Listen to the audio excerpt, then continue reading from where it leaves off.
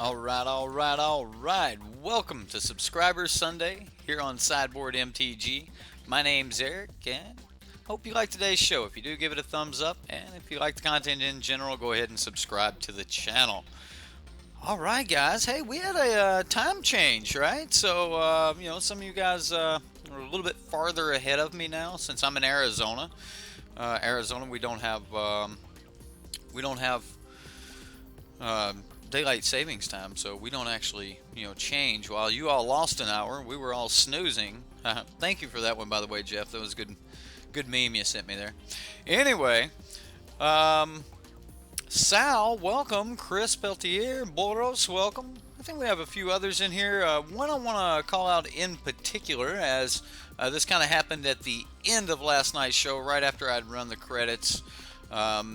B. Drake, thank you so much for sponsoring the stream. If any of you want to sponsor the stream, it'll give you that cool little green name in the chat, and it'll give you all of our emojis. So, there's some things there for you, if you sponsor. Of course, it does help the channel out. So, all right. So we've got to get some cards, right? We're working on that. Mana Trader's is going to drop the cards off to us in just a moment. Let's talk about the first deck we're going to be running here. And it's a green-black Pummeler deck. Now, this is by Justin Clay, and I did not run this deck for the Patreon games, but we got a lot of people, was asking about the deck last night in the Patreon games. There's a lot of people who were like, "Hey, yeah, let's see that. It looks really good. Let's take a look at it." And I decided, you know what? It already got a few votes on Reddit. It was kind of really close to the top, so I went ahead and said, I wouldn't mind playing it. So I cast my vote on it. It jumped up there a little bit, and it technically made the list now. Oh man, how do you say Weck? Thanks, Weck. We're just gonna go with that. Thank you for subscribing. All right. What is a subscriber? It's Twitch. Twitch. It's like a Twitch subscriber. Sponsor on YouTube is like a Twitch subscriber. But anyway, thank you very much for subscribing. You also took sponsoring there. You took our stream boss down a little bit.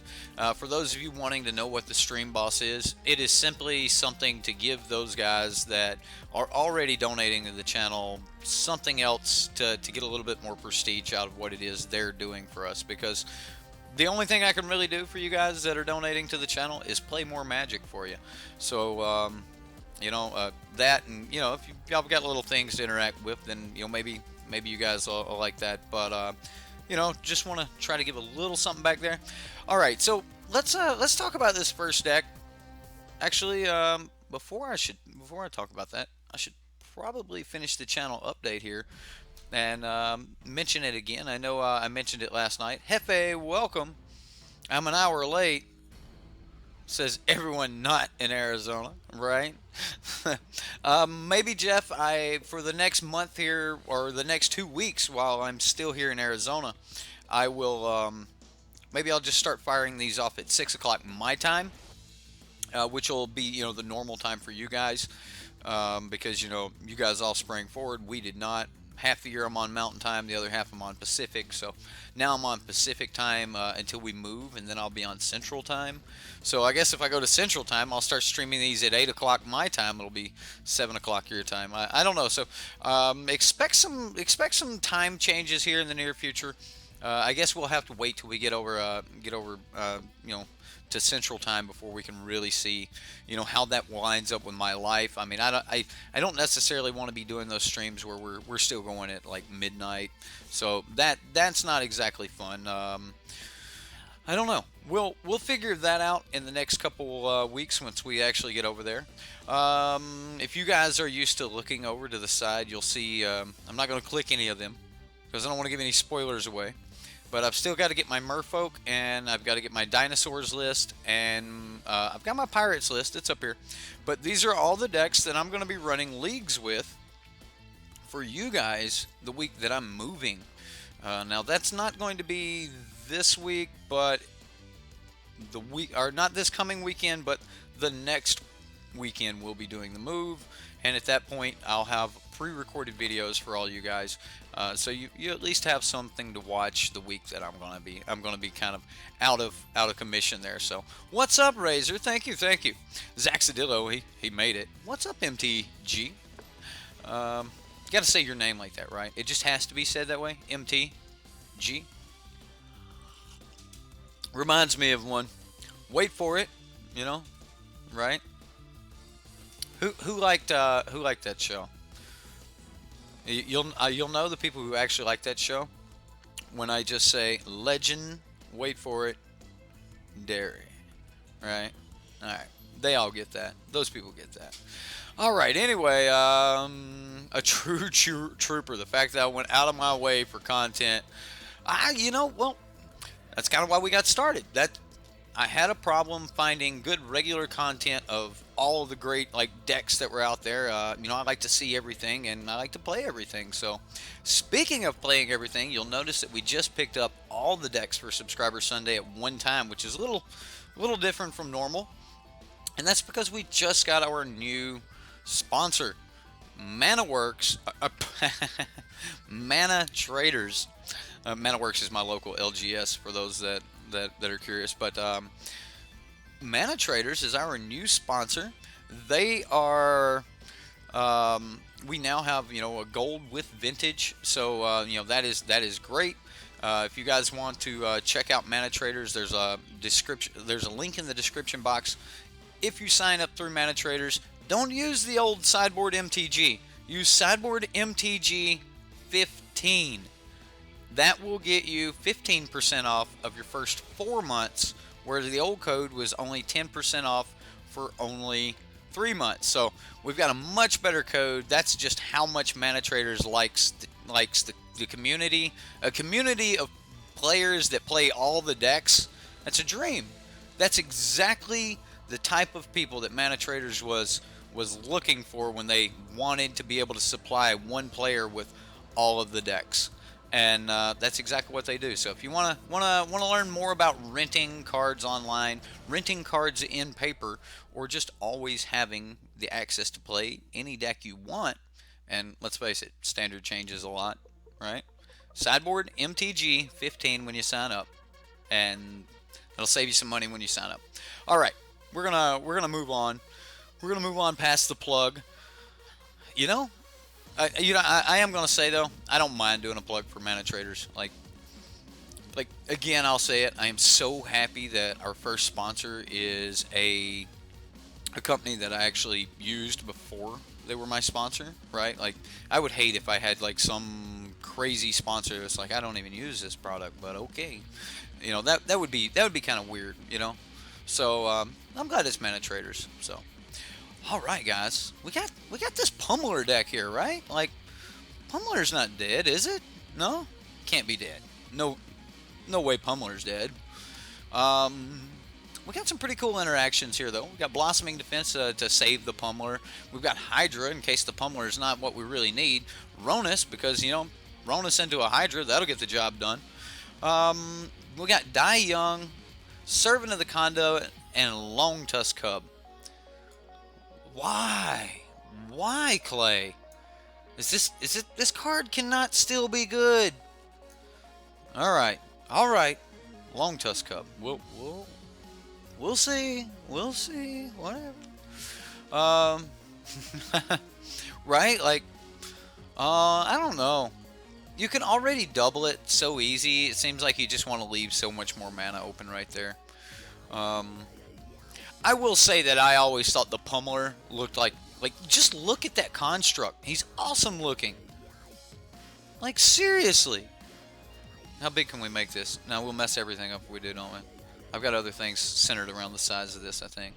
Yeah, I probably shouldn't make that huge, but still, Pummeler. It's an awesome looking creature. And he does some pummeling. Okay, well, the deck, we've got Rush of Vitality. Target creature gets +1/+0 and gains lifelink, and Indestructible. Alright, cool. We can give it Supernatural Stamina, so that if they kill it, it comes back. We get more energy. We can give it Protection and buff it at the same time. Larger than life, of course, because like this is part of the combo. You know, once you get it to 5 power, all you need is 6 energy, and it's game over. 6 energy might be a little difficult for us to get. We do have our Black Harness Lightning. It's not quite as good. It's not instant speed. This card should have been instant speed. It should have been instant speed and given you only the 2 energy instead of 3 like Harness Lightning. This card should have been instant speed. We would have been playing this card all the time. But it will deal with Hazard and things like that. Really good card. And, you know, if you got that extra energy laying around, you can pump that into a Die Young and no problems there. Justin, what's up? Yes, yes, Justin. I believe it is. I do believe so. I told you we would play it, but you know, like the a lot of people wanted to see it last night, so like there was a lot of hype and chat about it. And I was like, all right, fine, you know. I kind of like Rush of Vitality. I hate that Die Young's not an instant. And then everything else looks great except for the Long Tusk Cub. I'm just like, Long Tusk. Why? But, you know, whatever. I guess I'm just kind of undervaluing Long Tusk Cub. It's still a good creature. If it starts connecting, it still does work. It'll draw out that first kill spell, that's for sure. So, yeah. Winding Constrictor in the sideboard. Man, can I just get rid of the Cub and put these in the main? It works so good with just Glennsleeve Siphoner by itself, man. Ooh, I love it. All right, Vraska's Contempt, all the things in the sideboard. He is so aggro main board, not even playing around. This deck is not even playing around main board. All right, I mean, it's aggro with that combo, like wham! You gained 100 life with 1 rush. Oh man, that's crazy. Yeah, the life link here, I've looked at Rush for a couple other decks.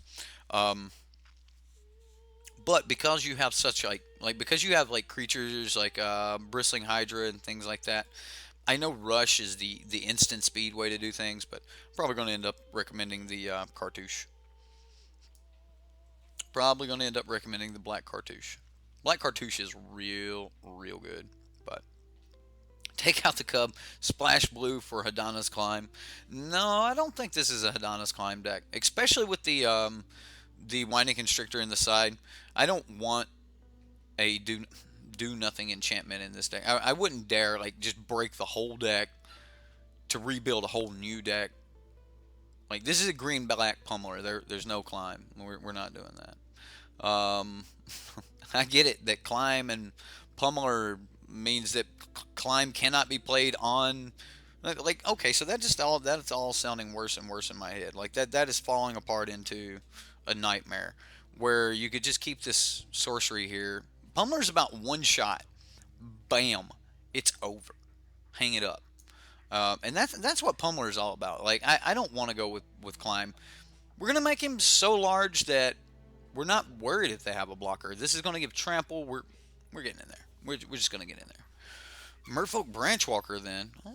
Maybe. Man, these people don't like your Cub. So the Cub is all about extra energy production. A lot of times you're probably not even going to be pumping the Cub if you're going for the kill. If they can't remove the Cub and you're threatening to pump it, then your Electrostatic Pummeler is probably in a pretty good position. Also, if you play like turn 2 Glennsleeve, turn 3 Cub, or turn 2, you know, Servant into a Hydra, or follow that up on turn 4 with two drops like a, you know, Cub Glennsleeve or something like that, you've kind of went not like wide, but you've put some really good threats on the battlefield, and you already have some really good, you know, interaction there. So maybe Cub will be a really good target if nothing else, but you know, we'll see. Saheeli Sage. What is the Sage? I've got to look up the Sage. All right. Sage, Saheela's Claim. Enters the battlefield, you gain 3 energy. 2-1. So I kind of think the Cub is like that, but gives you the other option to give you other lines and things. So I think that's kind of where that goes. I don't know. We're going to play it. Apparently Justin has just been destroying people with this deck. Justin, I hope your boy is watching, Mr. Jeffrey. But we're going to jump into a game here and see how this goes.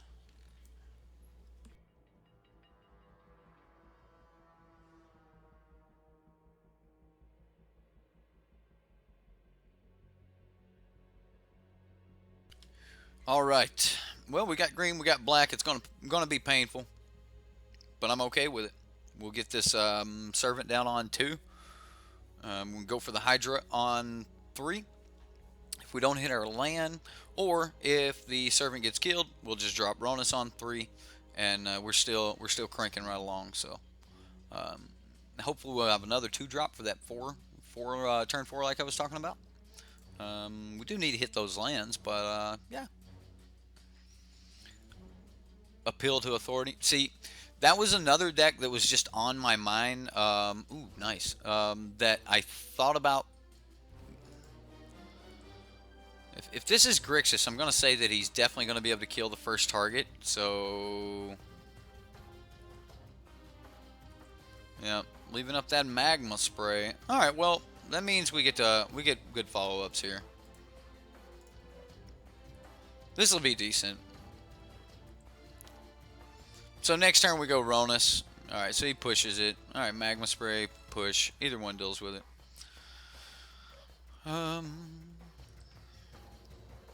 So we go Ronus. We'll see if he has the blue.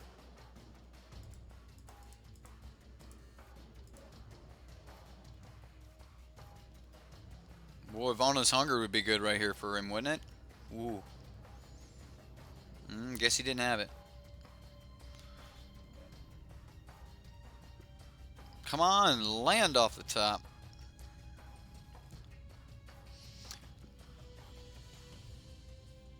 Vraska's Contempt? Nope. Nope. Nope. Come on, land off the top. Let me get this Hydra down. Wrong land. Okay.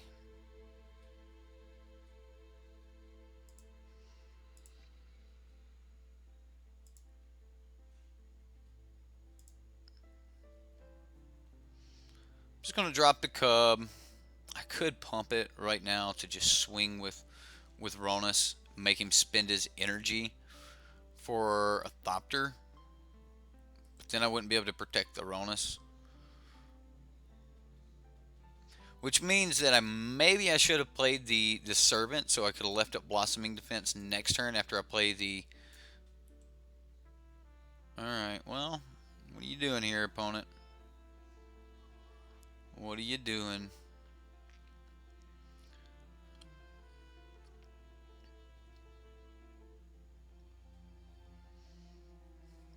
So again, the beauty about a Pummeler deck is we're playing this just nice green-black aggro game. We're building up energy. You know, things are happening.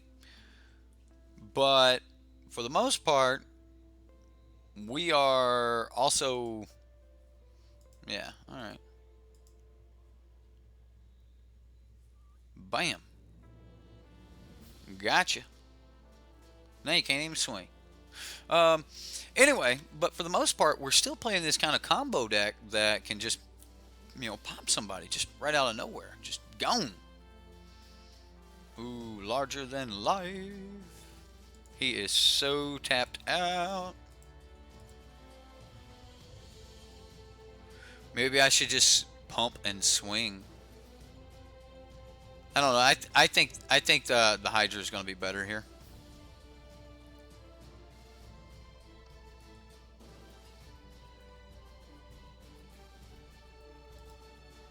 We're going to go Chandra, and we should be able to at least kill both of his dudes here. So we'll kill the Thopter and the Whirler here. We'll see how he blocks. I mean, he should put the Whirler in front of Long Tusk Cub to force me to use the energy, and he did. He did. Forcing my hand on energy is pretty good for him here.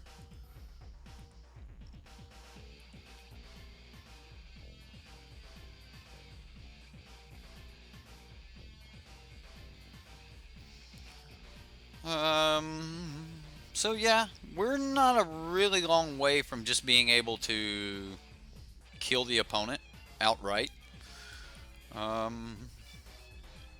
If I do get a good solid hit in on the opponent himself, then we're definitely looking at just being able to turn everything sideways and finish him. So Vraska's Contempt needs to be turned towards Ronus. Glorybringer needs to be turned towards Longtusk Cub. And either one of those means that Chandra dies. So yeah, that's pretty good.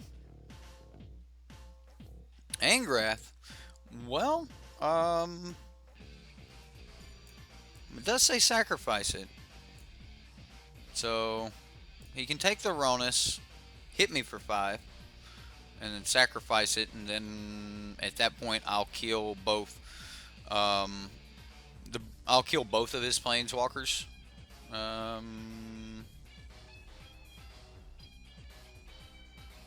Okay.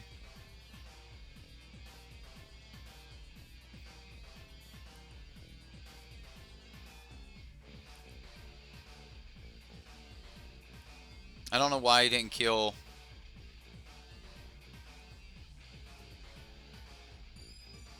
I don't know why he didn't kill Ronus. I mean, he could have sacrificed the Ronus.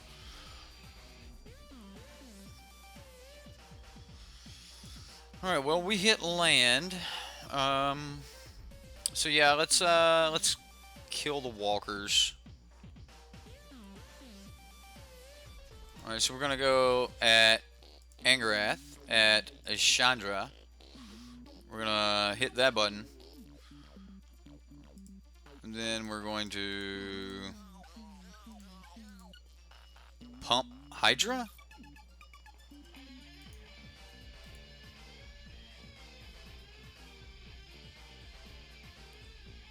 Alright.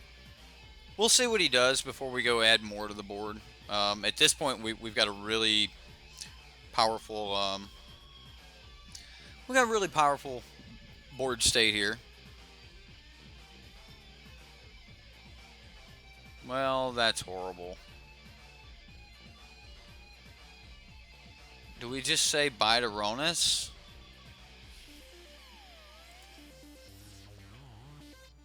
Yeah.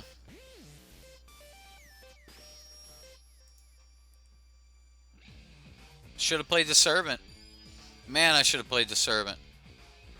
I should have. I didn't know. I didn't know he had a Doomfall. He's back.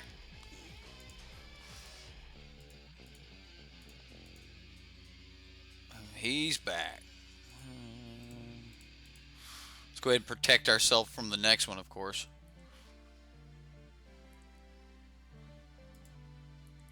Okay.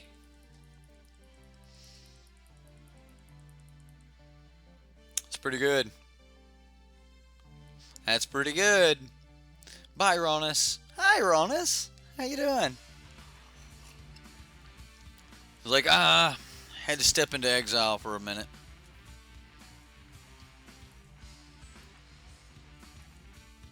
Okay, well.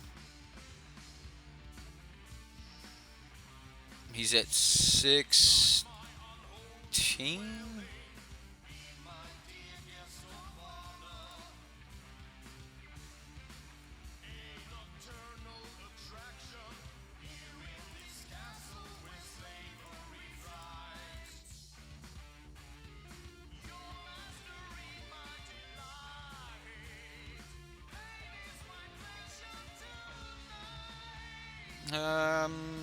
So yeah.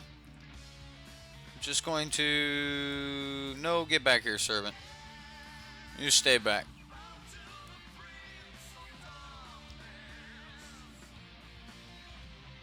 Consign to Oblivion is really good versus Grixis. It is. It is. Consign is actually really good in Grixis as well. Wow. Alright, opponent. I like it. I like it. So what is he getting back next turn? I don't know. We're going to find out. I know he's got to put up a lot of blocks here. Whirler Virtuoso will block some things, but... Alright, so that helps him a little bit. So this is lethal, this is lethal. If I don't tap, all of these are lethal.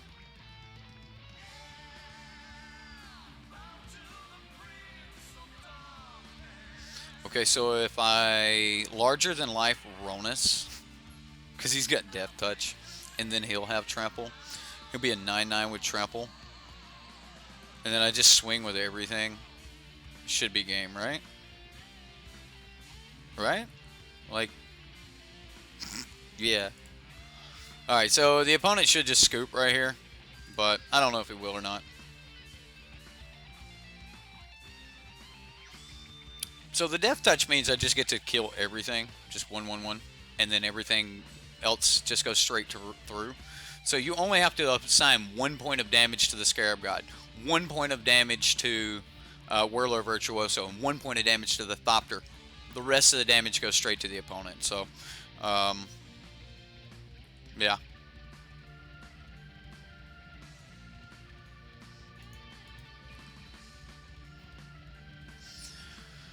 Alright, opponent. I'll let you do math.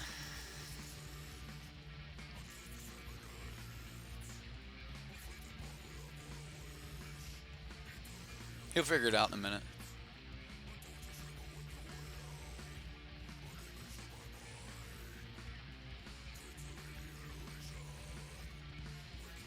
There we go. Ronus, there's a reason Ronus can't give himself Trample, and it's because he has Death Touch. Trample and Death Touch is a really, really good combination. Just like First Strike and Death Touch cannot be defeated in combat except for by another First Striker. Or a Double Striker, of course. Double Strike and Death Touch would be...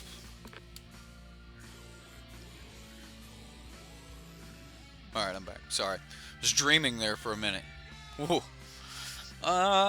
He does have the Scarab God, so Vraska's Contempt looks like it'd be pretty decent. He still doesn't know we're an Electrostatic Pummeler deck, so that's pretty cool. I'm not so worried about the Die Youngs in this, as I am more like just kind of trying to protect myself, as I, more so than trying to, hold him back.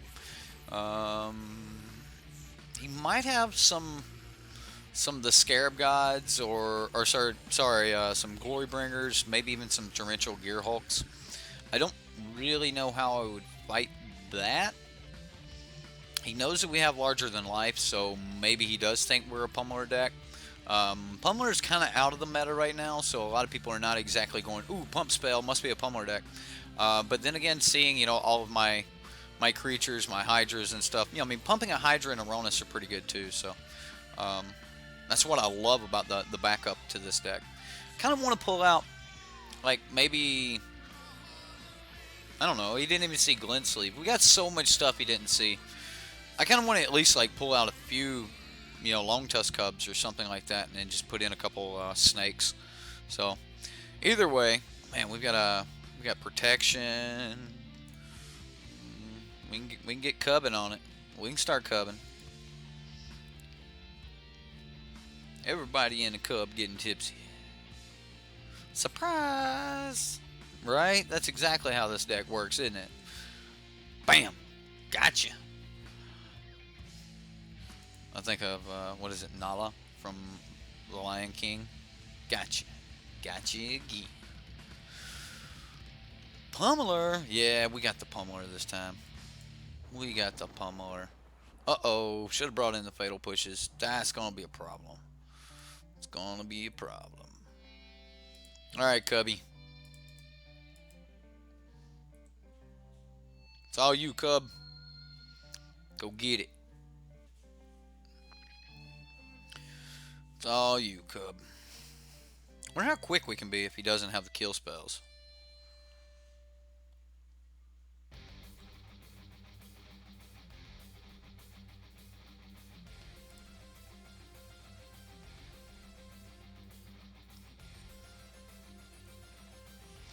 Well, I'm definitely wanting to make sure that I'm leaving one green mana open because, I mean, we've got a ton of these to fire off.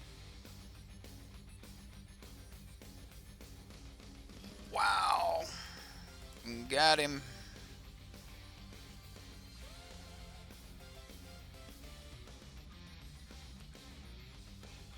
Bam. Got him. That was so good. Oh, that felt so good. All right, Cub, you're back. You're back in the house. We've got energy production going on now. Cub's gonna go through the roof. He's gaining energy. It's on. Give me one more land off the top, please. I don't care what color it is. Don't be a blooming marsh.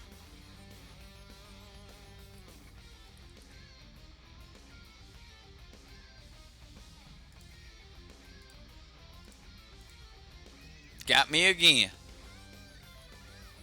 At least you did it on your turn.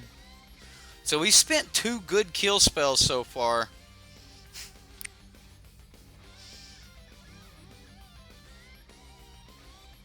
We just beat him down with a Cub.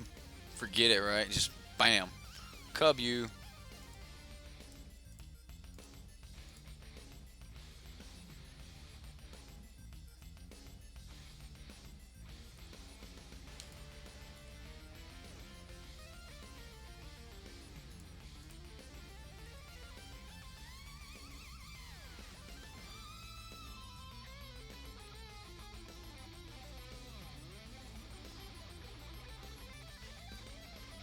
I don't know. Just gonna Cub him. Cubbing ain't easy. So many Cub puns.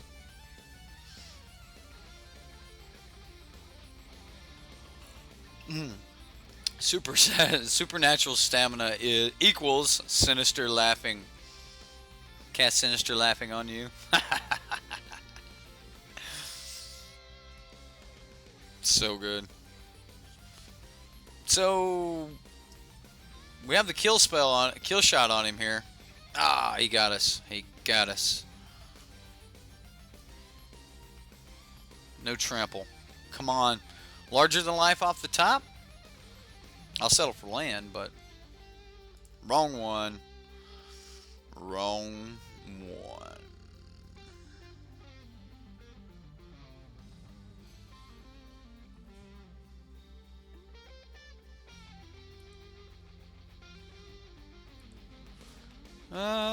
Just going to attack.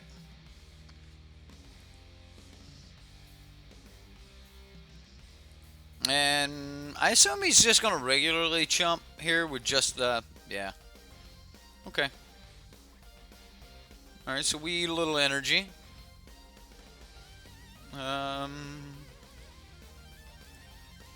going to go ahead and place down a real threat.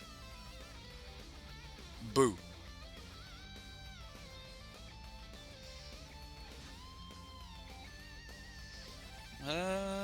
Drew a card. He's digging for that mana. He has got to get to that Vraska's Contempt. Does he scoop to this, or does he have to leave back 2 blockers?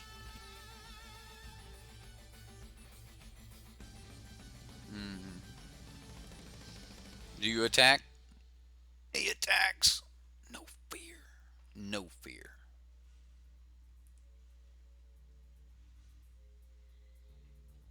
A braid? A braid! Nice, got me. You got 1 energy?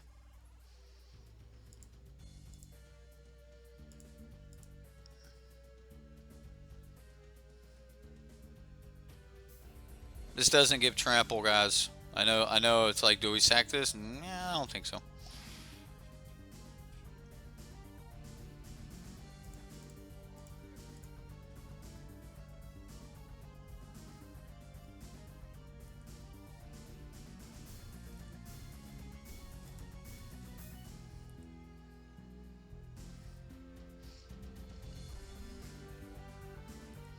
Okay, well,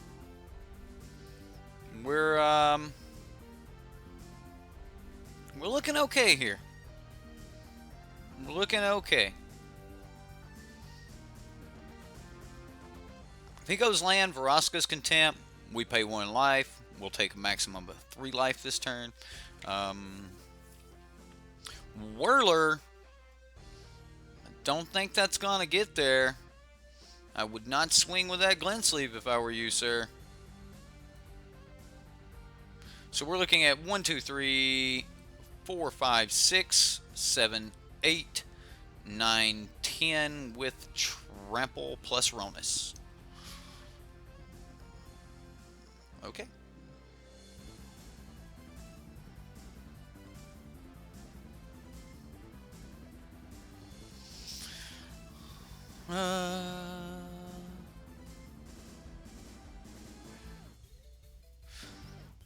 I did have enough mana for Haship, but we've just got so much more going on that Haship's on the back burner. That's redundancy, baby. We don't need that yet. We still got cards in hand that are going to get the job done. We're good. The biggest thing I'm worried about is him like playing land fatal push, but that's not even a problem. Like it's just not it's not in the cards here. So we're gonna go ahead and go. This is what we got, opponent. Here, let's pay them all, and then.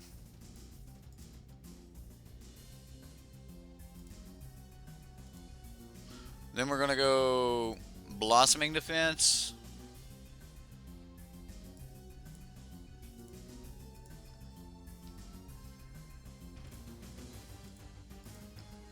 Hexproof.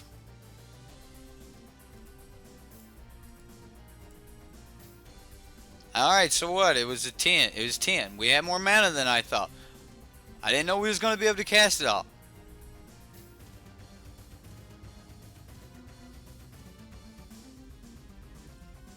Because that's what pump decks do. What? Come on. Woo! Give me them points. All right, Justin, that's a pretty cool deck, dude. Like I like your Pummeler deck. Like your Pummeler deck's pretty sweet, man. And I see why everyone was like, "Yeah, you got to play that Pummeler deck." Yeah, this Pummeler deck's real sweet, Justin. I appreciate you showing me the list. Man, Long Tusk Cub, he did get work done there. So I guess when he's good, he's still good. Right, could you play this Pummelerless? Pummelerless Pummeler? That's just green black, isn't it? Yeah. Is that what that is? That's green black. Okay, that's green black. Yeah. You haters doubted the Cub.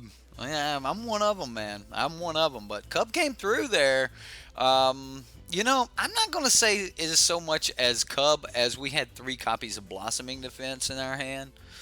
And that allowed Cub to get through. Like, when we drew the 3rd copy of Blossoming Defense was when I looked over at the larger than life and I was like, I'm just going to kill this dude with this one creature, aren't I? And technically, he's the only one that had to swing. So the opponent could put up 5 points of block in front of the trample. Even if we didn't swing with Ronus, we still had lethal. He was only at 7. So, yeah, absolutely, man. Blossoming Defense, great. You know, I don't really have a lot to say about the deck, other than more Ronus, maybe. Although, you know, as soon as he got rid of Ronus, we got another Ronus.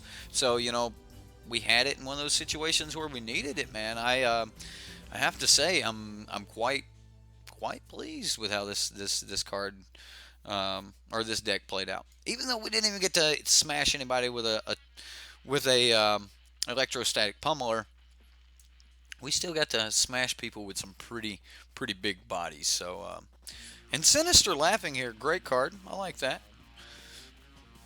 Oh, you're gonna kill my dude. He's got to enter the battlefield trigger. That's so good.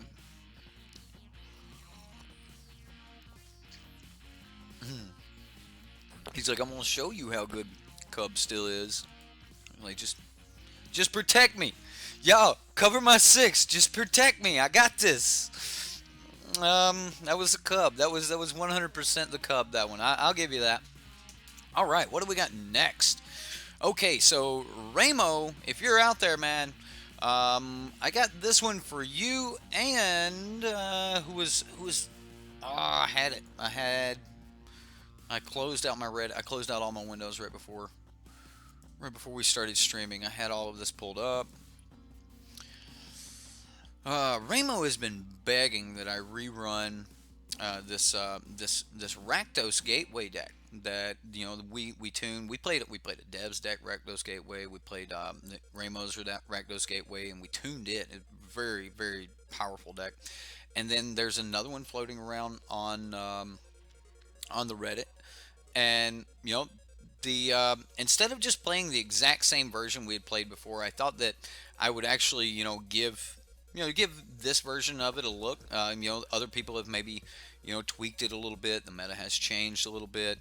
That sort of thing. So we're gonna slide into this other version of Rakdos Gateway. Now again, if you guys want, I'm not going to upgrade this version because again, I have already upgraded 2 other versions, and again, I think that those are where I would want to be, and I'm not going to back off on that now.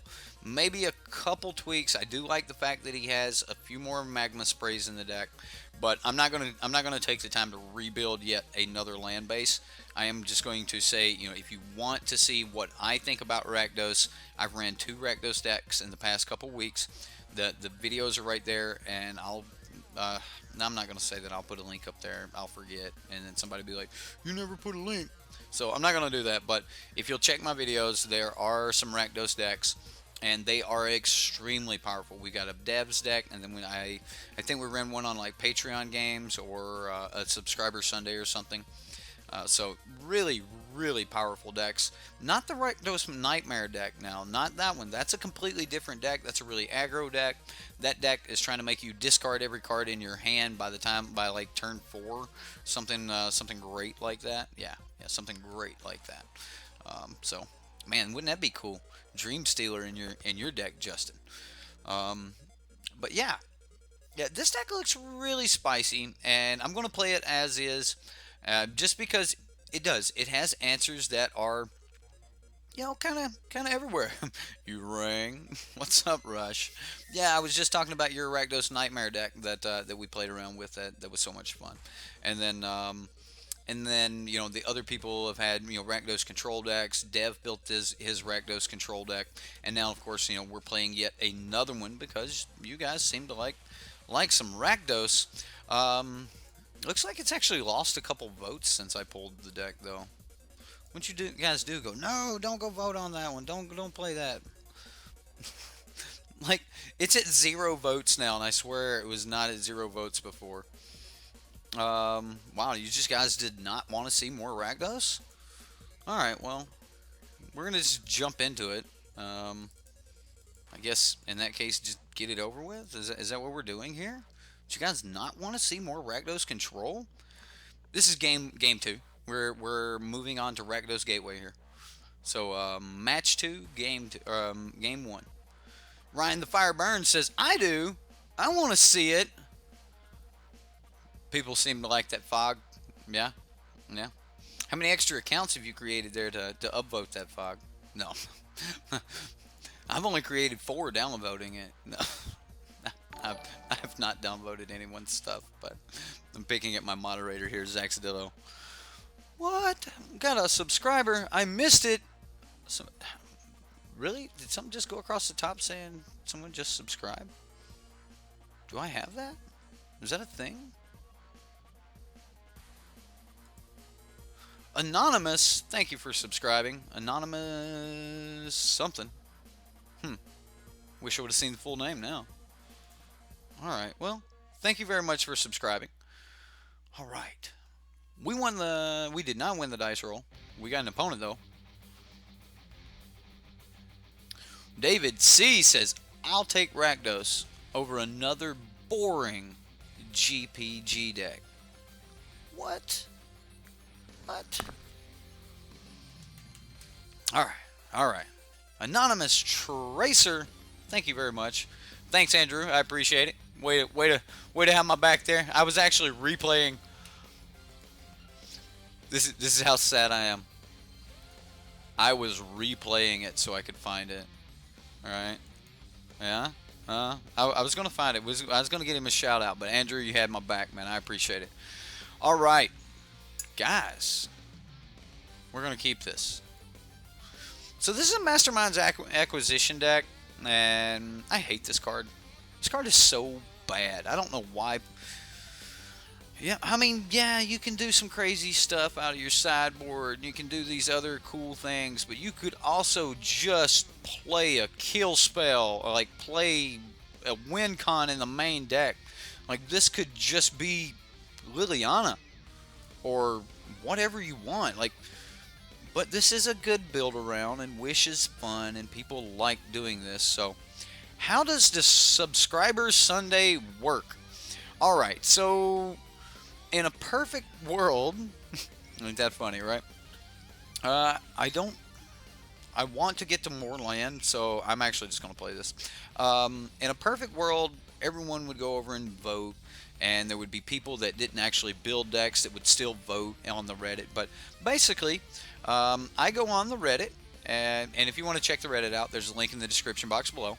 I go on the Reddit, and from there, I just look at what has the most votes that we haven't run yet, and I run that deck. That's how hard that's it. So you guys post your decks. There's a ton of people over there that go through these decks, give feedback on these decks. Again, I do try when I can, but hi Lamp, what's up Lamp? Stream says hi Lamp. How you doing? How you doing? Anyway, my puppy's in here. I say puppy, she's 8 years old. But yeah, you just go over, you vote, and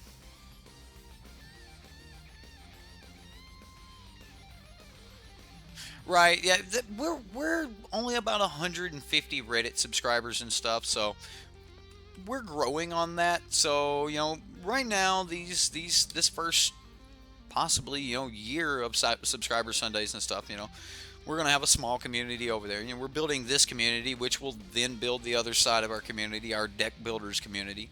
But if you guys do want to take part in our deck building, our subscriber Sundays, all you got to do, jump over to the Reddit, post a deck that you would like to see played, and if everyone else looks at it, depending on which way it's turned, it's all different colors, but my favorite's Sultai right now, so well, we don't have anything to play here.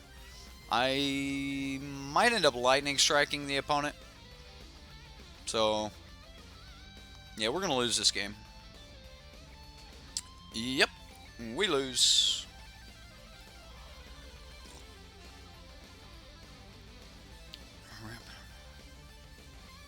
Hour of Promise, Approach, and GPG all in the same deck. So we're hard casting GPG, right? Just forget it, right? Have I done the Polyraptor deck? No, I haven't done actually any of the jank tribes.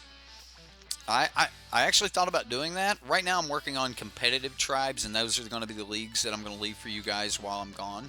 I just found the vampires list I want to run. I've got a really good pirates list. Yeah, there's scarab gods in the side of the pirates list. Like I said, I want to be competitive. So, Infinite Rage. Yeah, the Polyraptor's decks are fun, but I'm looking at a little bit more just hardcore competitive. He's a control deck. We're gonna try to just burn him a little bit here.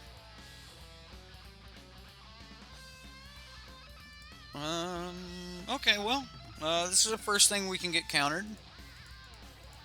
If he doesn't counter it, we might actually win the game. Did you guys see that? If there's anyone not in this, or anyone that's in this chat that did not see the Golden Guardian deck that we played on Dev's deck, oh, it was the greatest Gonti of all times. Oh, so good. It was so good. Yeah, I know the Polyraptor Forerunner combo and how it works, and how easy it is to just. Sorry, I'm just gonna cycle this now because I want to see if I can hit another land. Didn't get there. All right, well. Right, I like Polyraptor. Polyraptor's good. I mean, even if you don't get the pure combo out, you still make like 7 Polyraptors. So, I mean, it's really cool. It was an epic Gonti. Oh my goodness! Just go get a land. Right, just search my library for a land.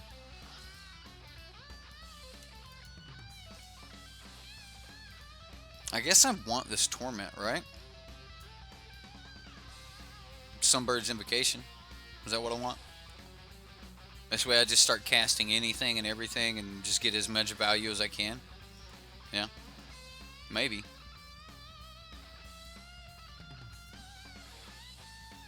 Maybe.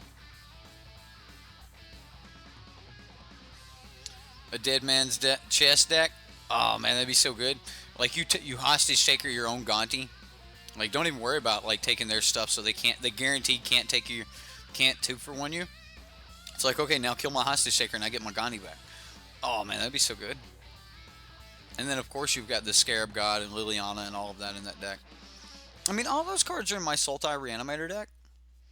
That might be my extra deck that I run. I'm looking for one other deck to run in the leagues beyond the dinos and stuff. I'm just going to pass here.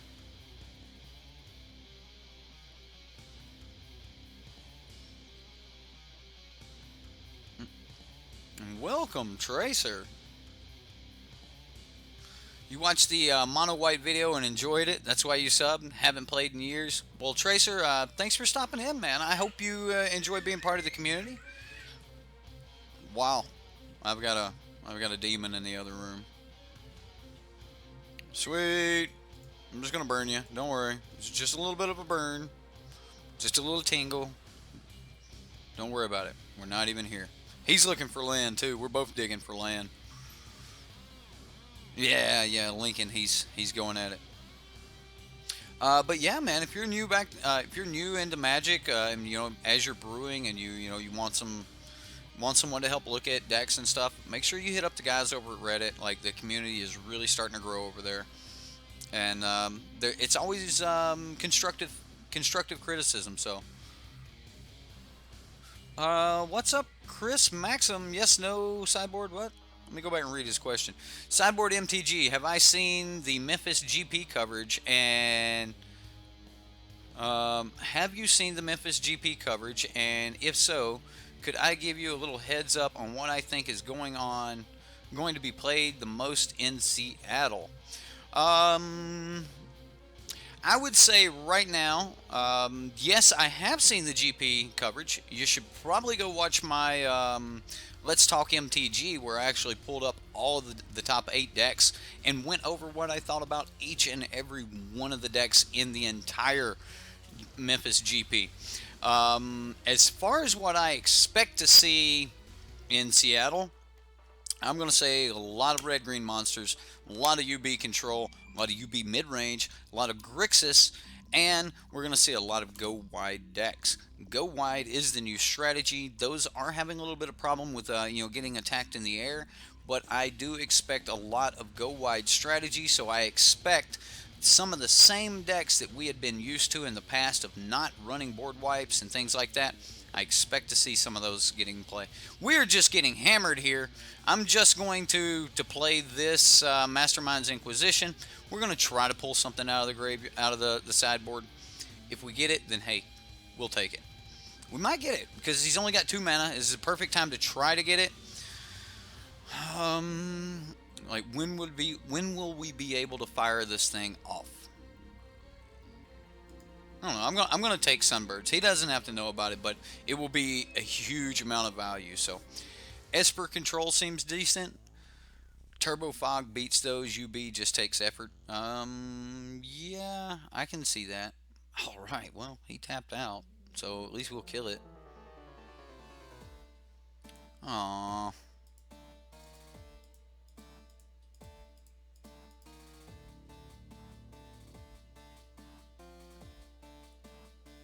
At least we're starting to hit land.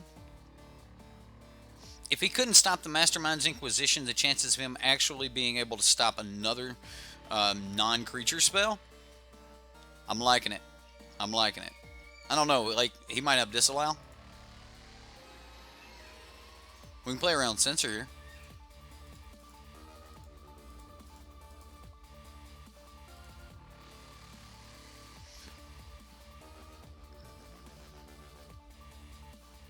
I assume he Vraska's contempts this. Really, he's gonna let it land. He's not gonna let it land. Okay, well, that's fine. Come on, use that last Supreme Will. Dump it. No. 1, 2. Alright, we'll see. We'll see. Okay, thanks, you're playing the Esper control deck, so that will probably be perfect for Seattle. Well, that's exactly kind of what, like, board wipes are going to be really good. I expect to see a lot of Carnage Tyrants, because Carnage Tyrant is just a really good answer to half of our meta, really bad answer to the other half. So...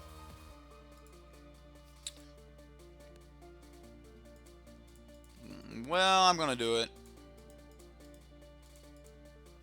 I'm just going to try to Sunbird. I mean, if he's got, like, you know, disallow for it, then cool.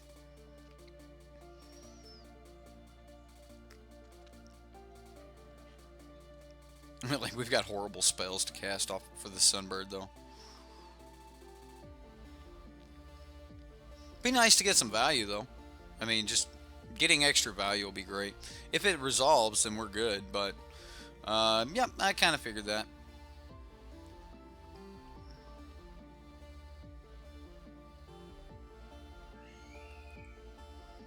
Like, so, I want you to think about this. If Sunbirds, or not Sunbirds, if the Mastermind's Inquisition would have just been Chandra. Don't even think about any other card. It would have just been Chandra, because there's 2 Chandras in the sideboard. We would have resolved that Chandra there. And we would have had a Chandra on the battlefield pressing for a Vraska's Contempt. Instead...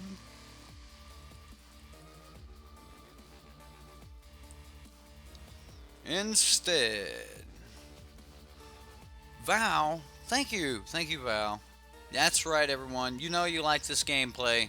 Smash that like button. It's good stuff. Smash the like button, and you know, help us out. It really does help. Like when you guys hit that like button, our Mardu list, the Mardu devs deck we ran the other day, it's got almost 100 likes on it. I know you guys were just constantly like, smash that like button, smash that like button. But, wow, he's going to Supreme Will it. So you've got another Torrential in hand. Wow. That means he's saving this disallow for something else. Whatever. But anyway, we're almost at 100 likes on the Mardu Super Friends list. But, I mean, the deck did go undefeated on stream, so no reason not to like that one. That was pretty sweet. Like, no joke. If you're not going to splash blue in a red-black deck, then that Mardu Super Friends dev build, it's kind of on point. Well, if he flips it, we'll kill it. Okay.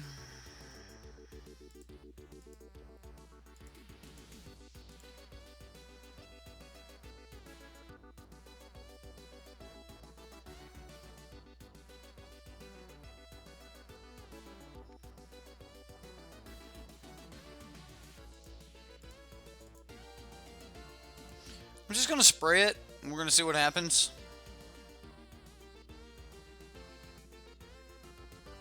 Spray? Sprayed. Coup. Land. Pass. I think this deck, like, if you really wanted this deck to be powerful, it needs more of a mid-range feel than trying to be control. Like, I'm wishing there was, you know, Phoenixes to dig into and things like that, and they're just not there. So...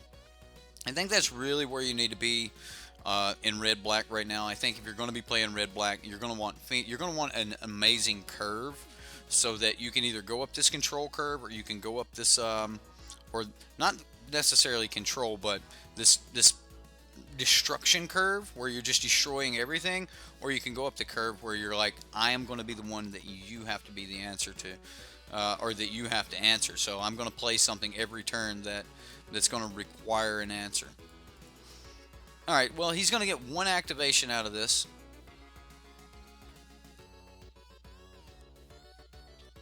The Rose deck, Okay, we'll see. All right, that brings me to a point. We've got 55 people in here right now, a lot of our regulars, so you are the guys who are normally posting on the Reddit anyway. The week that I'm gone, I'm not going to be able to do a subscriber Sunday.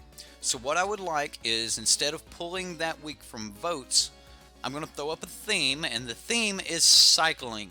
Okay? So not this weekend, but the next weekend, I'm going to be pulling and looking for cycling decks only. Now, those can be new perspectives.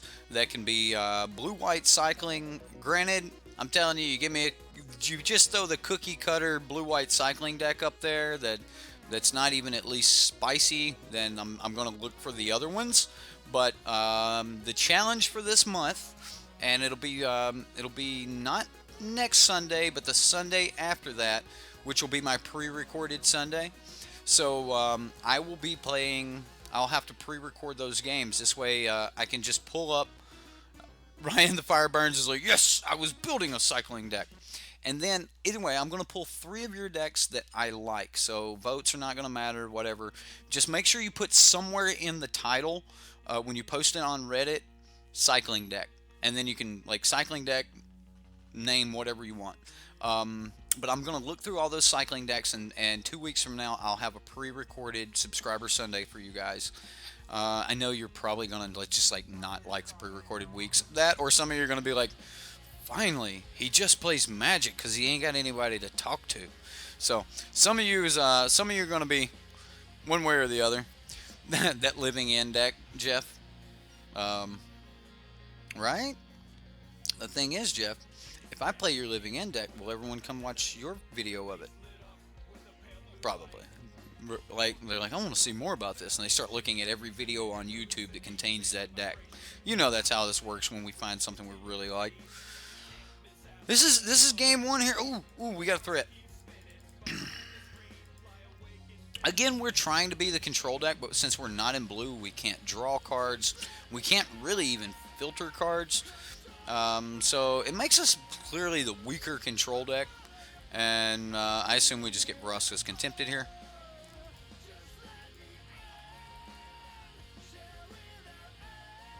Vile Manifestation. Okay, so honestly, in my head, I'm thinking I want a new Perspectives deck. I want a Vile Manifestation deck, a Devoted deck. Drakehaven will be fine, but I would like to see a new take on Drakehaven. Everyone kind of just knows Drakehaven is the cycling deck, so I would like to see other versions of the cycling deck, but is what it is. Okay, guys, this is getting bad. So, right, but so yeah, I'll play your guys' cycling decks, and then I'm going to bring you my version of New Perspectives to end the night with that night. So I'll play 3 of your guys' cycling decks. So I'm just going to be honest with you. If you build the Drakehaven deck, and that's the primary win con, I'm going to be looking at all the other decks before I start looking for Drakehaven, because everybody knows how good Drakehaven is. But there's so many other cool payoffs, so I would like to play some jank that week, and I think there's some real spice there that can be toyed with. And if anybody can find it, it's you guys. It's you. You guys are the ones that can find it. So go find me some jank, and we'll play. Did we see the Sporling tokens making creature in Dominaria? Not right offhand. I don't remember it. No. I read through mostly mechanics, and wasn't actually reading creatures so much. So.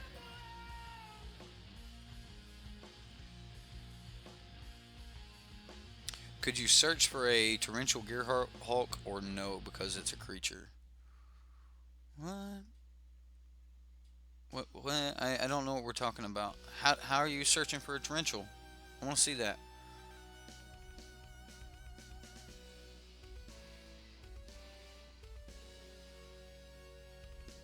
Demir cycling? Okay.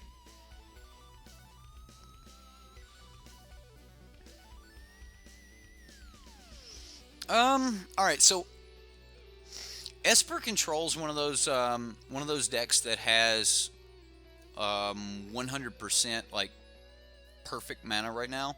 You can build that deck with the same backbone as the Grixis control decks are going, um, and that's really simple. It's like you have two of the cycling lands, so you've got irrigated farmlands, and you have the fetid pools. So you can basically card for card just swap out colors for Esper, Grixis, Bant. Like those, their mana is so perfect right now. But anyway, there's a red one too that is really good. Like what's the red deck that's good? Anyway, and you've got the single fast lands in there. So you know, Esper's got some really good mana. Break Hollow one in standard as well as modern. That's right, Mahoney. You're right, sir. That's right. Let's just break Hollow one. He's already broken in in the other formats. Let's break him here too. A Hollow one deck. No, see, now that's some spice and some cycling that I think would be fun. You know what? I'll open it up one more notch for you guys.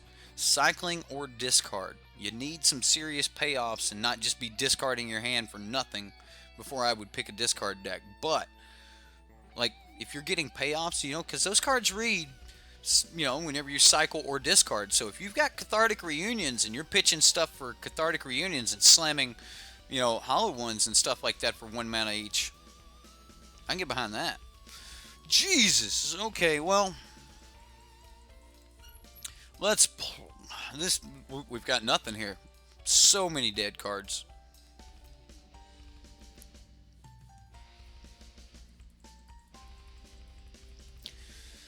So many dead cards. Key to the City. Key to the City is really good. Because you can be like, turn 3, Cathartic Reunion, pitch 2, key, pitch another, play Hollow one, Hollow one, Hollow one. It'd be fun, right? But you can kind of do that on 3 anyway, I think. You couldn't play a bunch of Hollow ones, but you could play a few. I think that's a win con in this game. Like I quit looking at the screen a long time ago. I'm reading chat. Hey, we found something. We found something.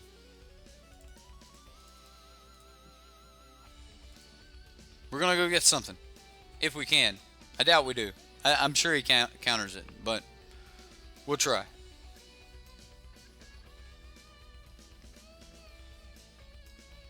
Gear Hulk.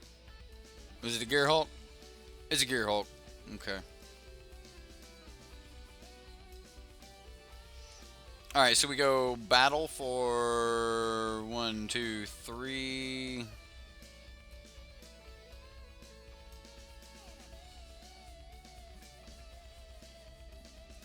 You got me.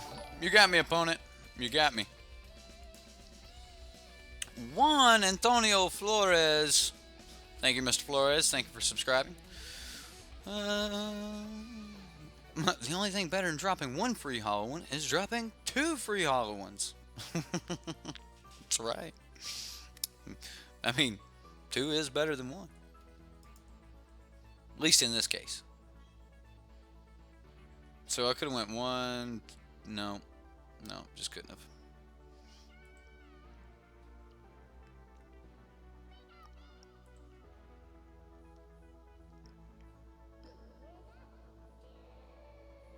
Pikachu.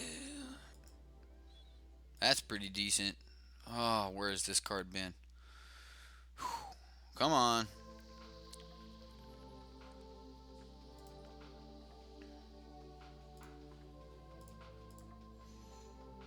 I'm gonna draw a card. I'm gonna discard a card. Sweltering Suns. Or not discard a card, exile a card. We got 1, 2, 3, 4.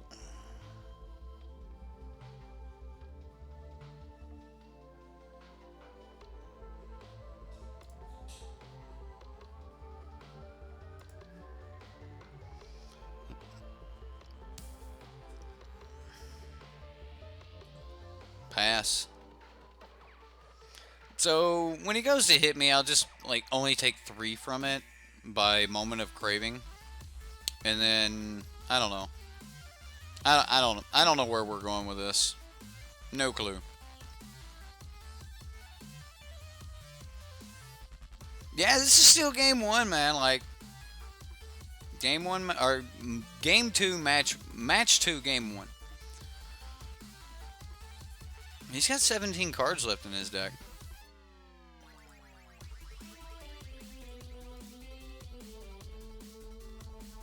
That's right, opponent. We're going for it. Alright. Nope. Oh, you thought I was doing other stuff. Oh, no, opponent.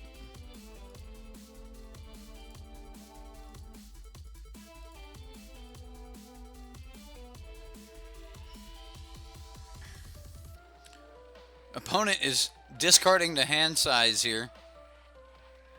Wow.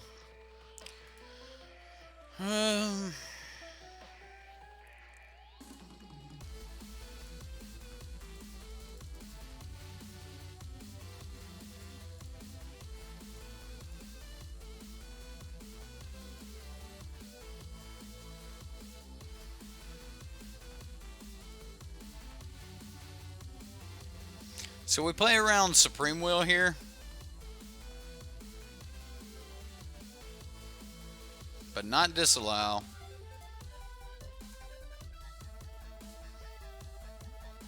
Hey, Alan.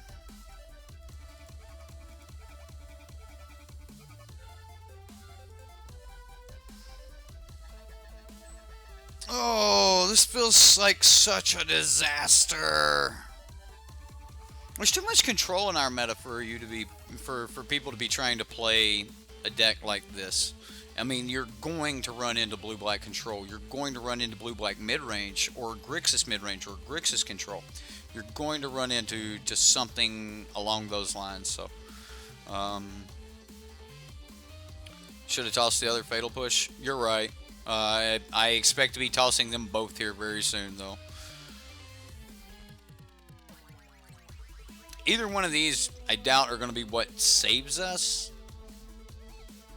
See, now I just feel bad. Now I just feel real bad.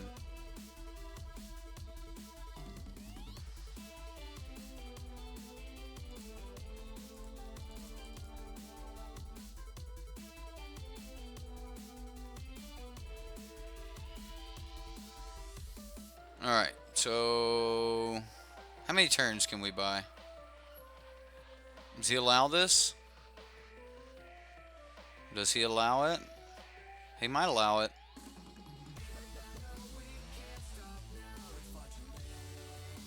Alright, so there went a spell.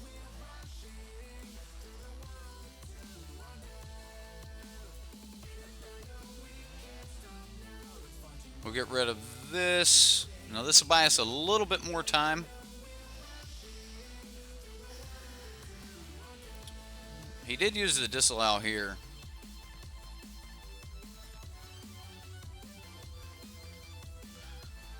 Okay, I mean, if he was going to disallow, he could have disallowed the cut, which would have saved this anyway. I wanted to, like, take it from him and crack him one with it, so then we, like, bought the little bit of extra time of him trying to swing at Angrath. Because the plan is actually try to burn him out, I think.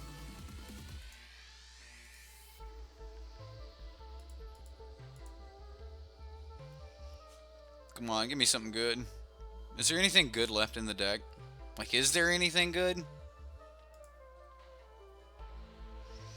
Okay. We got all our 1-mana spells in the grave. Hey!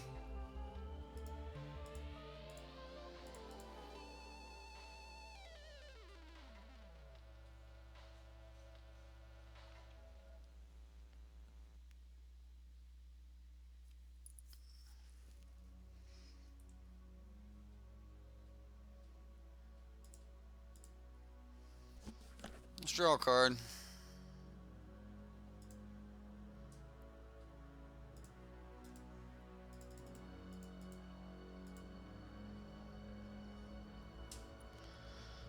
Okay, well, I mean, we're trying.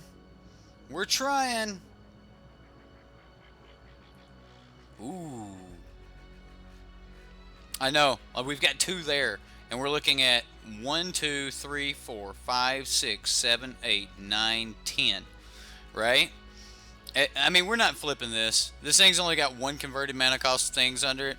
But we're looking at if we can resolve 2 cuts. Right? We might get there. And he just wasn't able to stop a card that would technically kill him.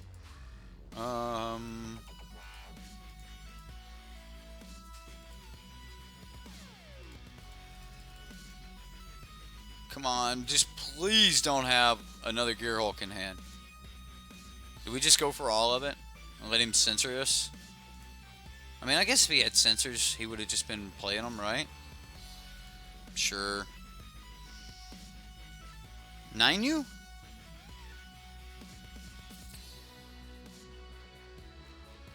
Next turn we play land 10 him? I don't know. You just cursed out loud when he played that last counter. Well, I'm glad you're getting into it, Rush.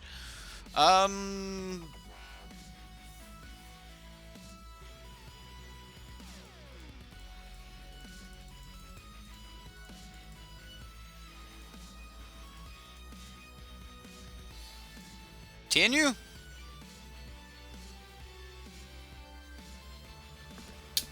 Counter? Dig for it? Okay.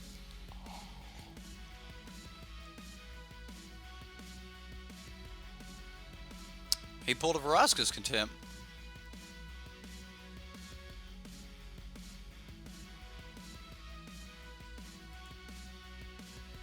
We just won that.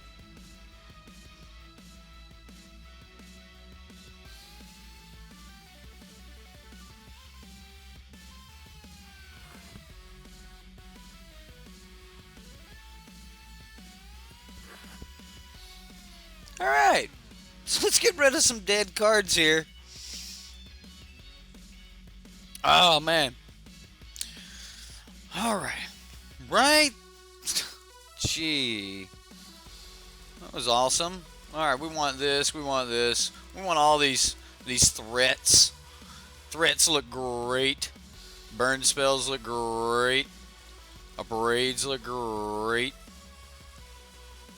It's great. Mastermind's Inquisition. Like, what are we going to go get? I'll leave 1 so I can go get something out of my... No, I'll just draw. Draw like a normal human being. I'm going to take the whole turn off. Oh, you want that spell in your deck? Why didn't you just run it? Because I want to be able to go get every spell in my deck. Gateway is actually really good. Kind of wish I had more cut to ribbons. Wow, I can't believe we just cut him to death. No, we ribbonsed him. We ribbonsed him. We cut him into ribbons. Jeez. Wow. What demon is that? What demon is that on cut to ribbons? Is that the Ifnir? Archfiend of Ifnir? Being cut to ribbons? Wow. Alright. Alright. I'm going to go ahead and submit.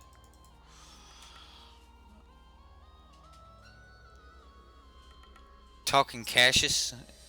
Ifrak. What? He went through the shredder. It's one of the Ifnir guys? Alright. Alright. Yeah, so Archdemon of Ifnir? Nah, it ain't Razakath. Liliana had to take care of Razakath. Here we go. Well, we can go get some red. We don't have anything. Like, I'll mulligan this. I'll keep this. At least we've got something to deal with a Scarab guy. We got something to deal with something small. If he's got, like, Glint Sleeve, maybe. We can cycle that? Sure. because we don't know exactly what he's starting out with. He could still be starting out with, some other, like he may have some like, I don't know, what's the double black dude? Gifted Aetherborn, something like that in the sideboard. So yeah.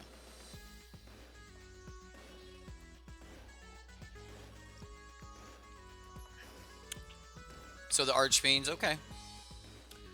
What's up, James? James put him a picture up there. We can see old James now. Well, how about you there, sir? That's right.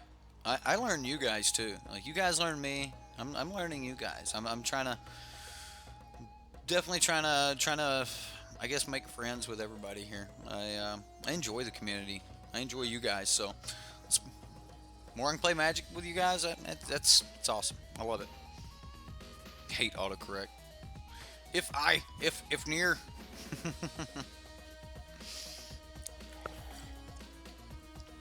I don't know who I am. You don't know who I am. Oh, you don't know me. You don't know what I've done.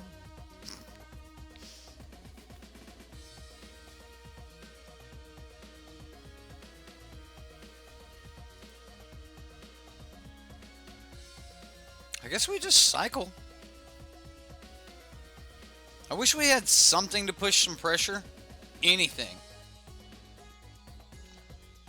Um, Chris, if you're still around and you're still wondering about those lands in your Esper deck, I know that was a long time ago when we were talking about that, but the thought just hit me again that if you are still wondering about your Esper deck, what I meant by you can just kind of look at the Grixis lands, put you a couple crooks in the sideboard. I think that's going to be all the graveyard hate you really need, and if you're going to be running like the Scarab God or something like that in your Esper control deck, Crook into Scarab God means he with only 5 mana beats that person with less than 8 mana. So they then have to have 8 mana to beat your 5 mana. So it's pretty good. Iraq Deadlands. Did I say that? Did I say Iraq Deadlands? My bad.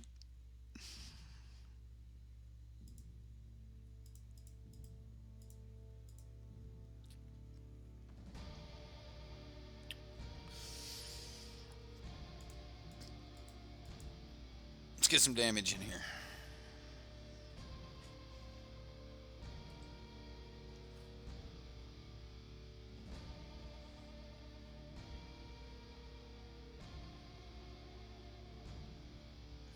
Are we not supposed to?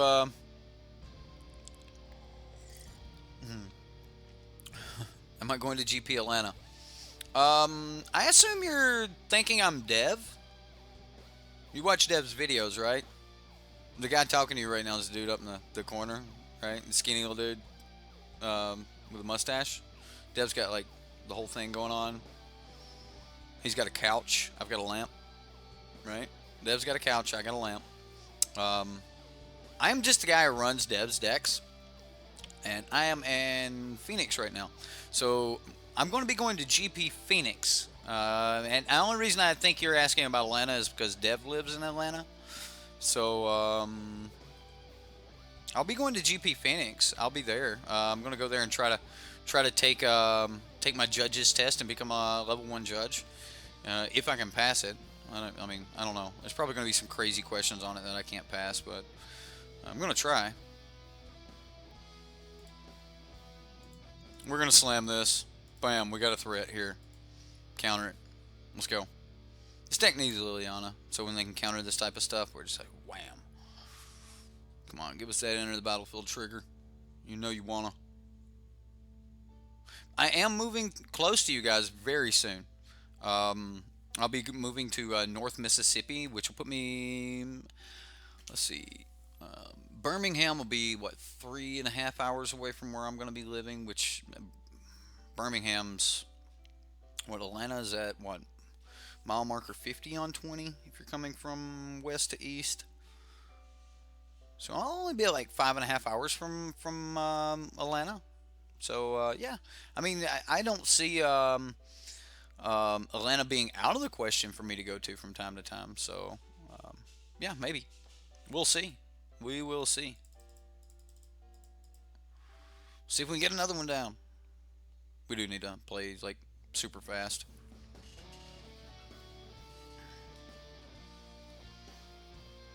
Contempting me. Aw, opponent. Hey, oh, he got his land.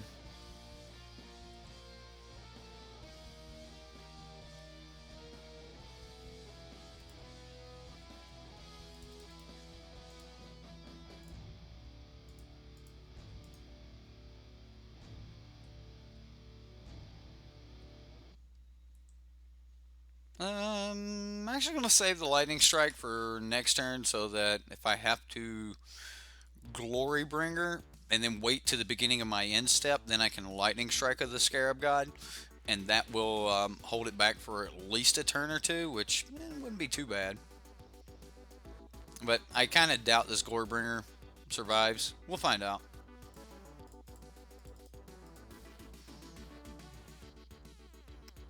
Definitely need to be playing faster though, so I am trying to pick up my speed here a little bit.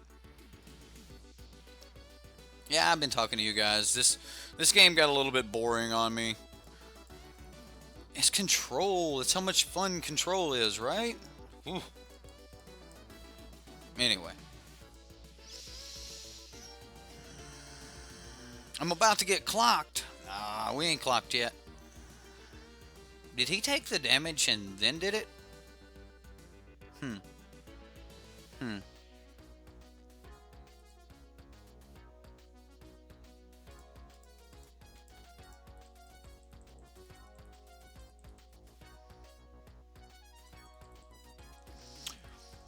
A Sultai Constrictor deck.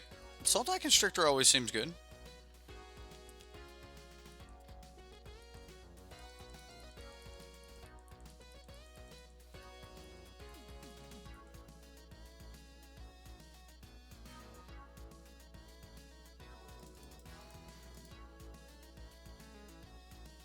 Come on, give me something, give me something. Aw. Alright, opponent. Fine, fine. Alright, we're going on clock detail until the opponent plays something.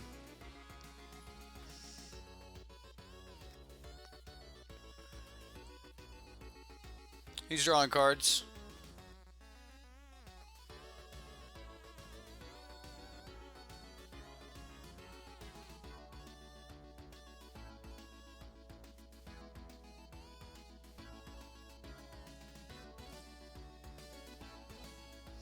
Well, that's going to be 1, 2, 3, 4, 5.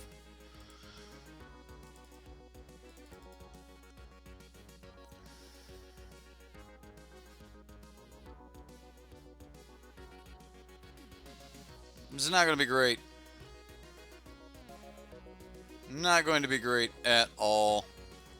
Alright, well, that's probably going to help him kill us. So the other option there was to not play Angrath, and then we could lightning strike at the beginning of my upkeep, and then he would be 2 more turns before he could get the Scarab God down. So he's going to get to hit us for 5, and he's going to have a body here. So right, Combustible Gear Hulk. Yep, draw cards. And draw cards, opponent.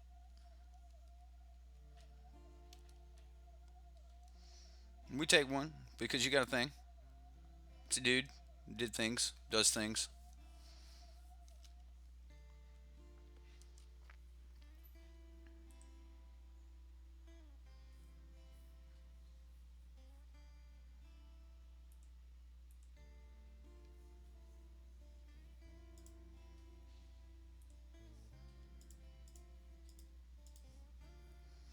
Alright, so we're going to try to shoot the Scarab God here.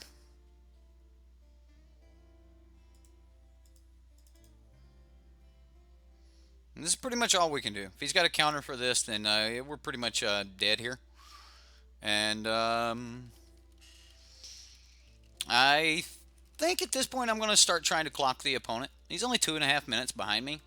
So yeah, I'm gonna clock him. We're gonna make him actually have to kill me here. And then from the point of him actually having to kill me, we've got to play a whole nother game. And I'm gonna see if I can make him actually have to kill me there. So the longer he takes right here, you know, I'm good with that.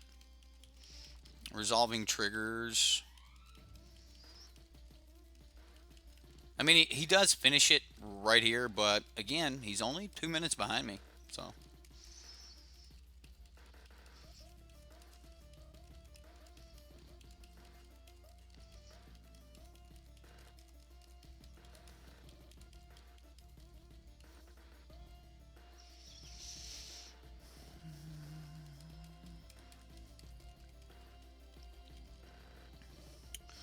All right.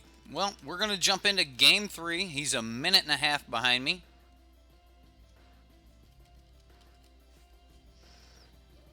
All right. So, what changes would I like to make? Magma spray is probably going to be better than I thought.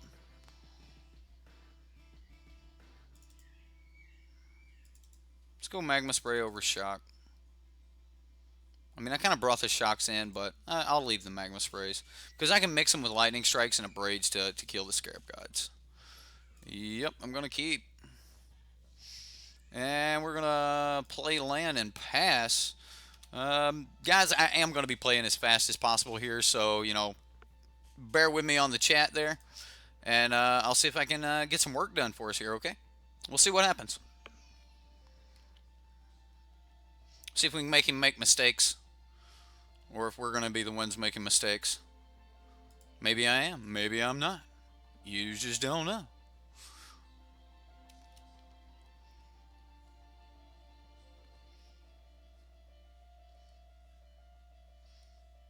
Okay, he's 1 minute behind me.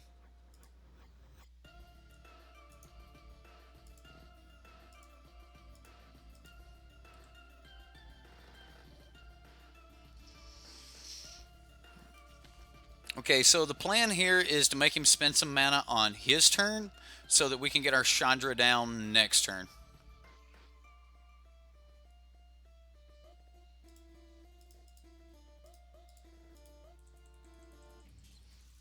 Alright.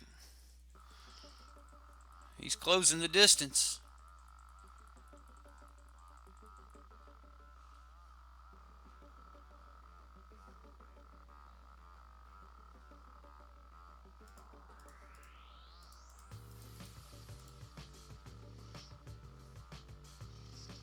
Alright, you're a priority, opponent. Alright, I'm just going to pass back to him here. Alright, he's under 1 minute ahead of us now. So we're getting much, much closer to clocking here.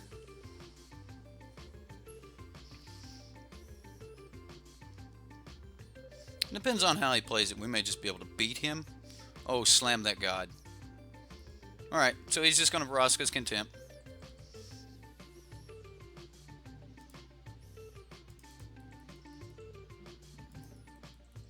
Alright, I wasted 3 seconds right there. That was bad. That was bad. It's bad. Alright, we're within 30 seconds now. We're getting there. We're getting there.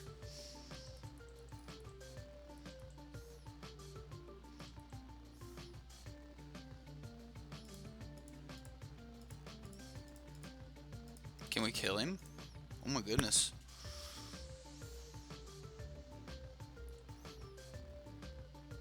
You got your Vraska's Contempt handy. Okay, I'll pass.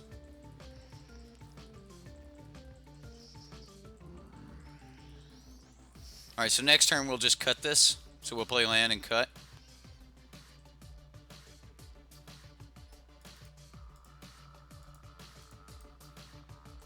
And that leaves up Vraska's Contempt at the end of his turn.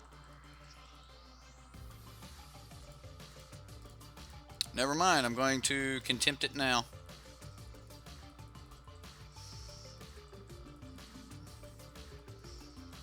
So he's down to 1 card in hand, but he does have a Flip Search, which is pretty good. I mean, a Flip Search is pretty good.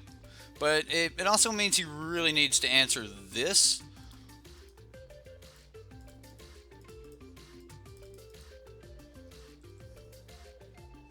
Alright, well, he's got the answer apparently. That's going to do it. Good job, opponent. Good job.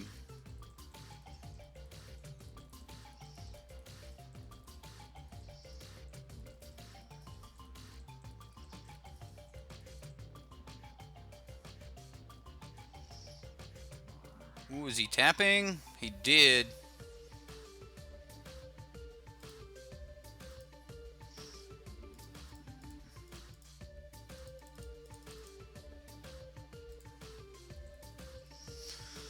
So we're just going to contempt him for 5, and then we'll see where the life total goes, and then we'll just try to, like, ribbons, and then go from there. Next turn, I could just, like, ribbons, spray the Scarab God. So we take 10. Ribbon spray doesn't save us, does it? Oh no. I need a contempt. Ah, I should have ribbon sprayed that turn. See, I made a mistake. I made a mistake. We got ahead of him on life, and then I make that silly mistake. Oh, that's so horrible.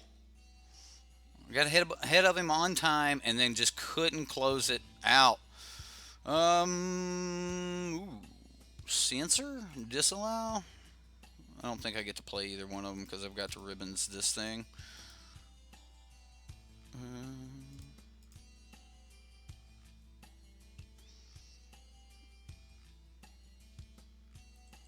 Yeah, that is, that's going to be the game right there. Man, I had him on the time too. We got, like, he had 10 minutes when we were in the red and we were just goofing off, and we ended up on doing pretty good on time there. But yeah, I messed that up. Made that punt where I should have went, ribbons and everything, but he might have been able to counter it. I don't know. Good game though, opponent. Wow, that was so brutal, man. All right, so let's talk about these Rakdos control decks, these Rakdos gateway decks.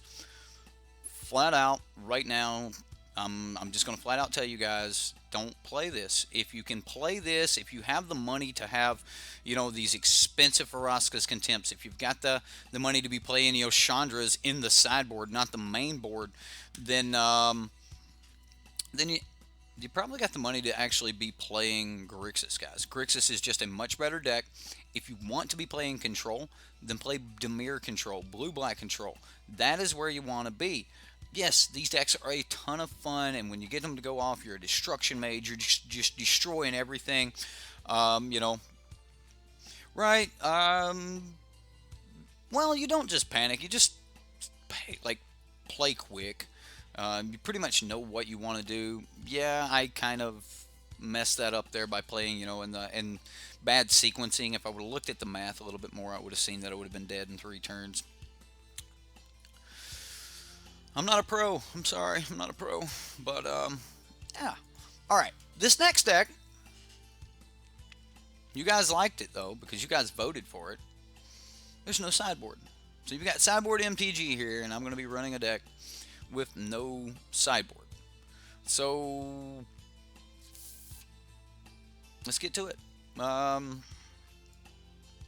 don't know how this deck is exactly supposed to be laid out.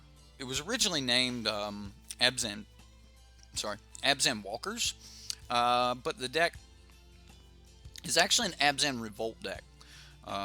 So I named it Abzan Revolt.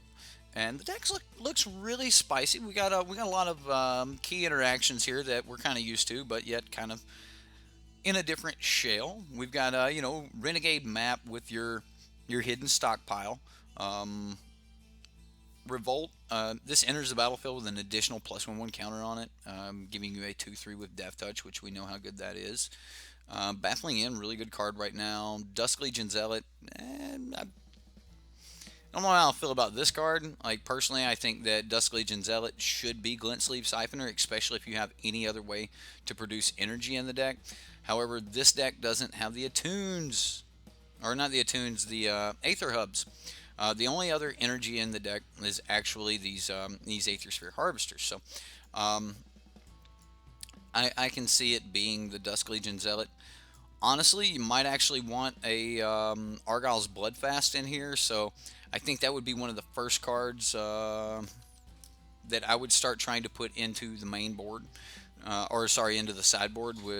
I would try to grab an Argyle's Bloodfast. Where's the Bloodfast? Oh no, what did I throw away? Oh, there we go. Let's find Argyle's Bloodfast. So we're gonna drop 2 of those in the sideboard. What are some other really good spells that we should probably throw in the sideboard, huh? Fatal Pushes, something like that. Maybe some Contempts, since we don't have any. So let's go. Let's give him what? I don't want to play the deck without, at least some sort of sideboard. So just glancing at the deck, glancing at the removal, there's no Cast Out, no Vraska's Contempt. The deck is pretty nice on good creatures to bring back, and we are wanting Revolt and things like that. So 2 mana permanents. Let's say we want Cast Outs, right? And then we can tune this a little bit more. Like I actually want to spend more time tuning this deck. Oh yeah, Lost Legacy. Oh, how could I forget Lost Legacy? Saram's Expertise. Okay, so it kind of goes against like part of what the deck's doing. The deck's all about trying to bring permanents back or cheating permanents and stuff, which makes me think that the green Nissa would probably be good in the deck because she kind of does that.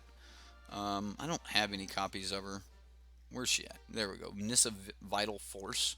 Her neg 3 could get one of your planeswalkers or something that had been destroyed down. That Ascend one-sided board wipe. Well, because we're in white, and I actually think we can hit the white fairly well, I'm actually just going to go maybe Fumigate? Do we even have Fumigates? I might actually have to pick up some Fumigates. Yeah, I'll probably just, we'll grab Fumigates. Do we want Settle? Settle would be decent, right? Fumigate or Settle. So, I think the one you're talking about is like Golden Demise, is that right? The fake memory Jace put into Vraska's memory. Like this was the fake memory that Jace implanted into Vraska's head, so that when Bolas went to inspect Vraska, he's seen her just take down all of the Ixalan tribes, and then she just took the Immortal Sun for herself. All right, what a memory to implant. But Saram, yeah.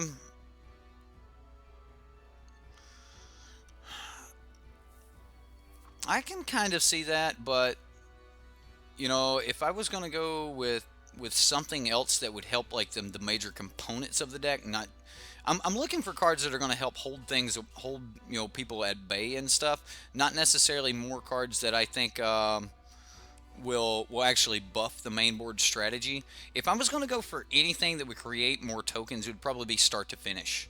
Because I'm going to be trying to sack some of my tokens and stuff anyway.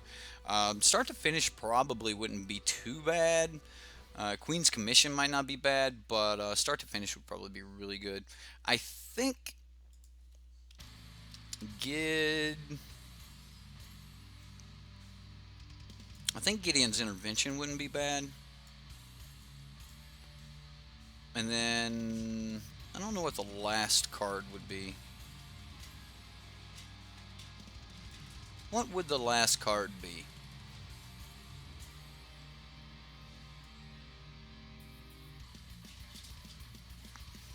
Huh.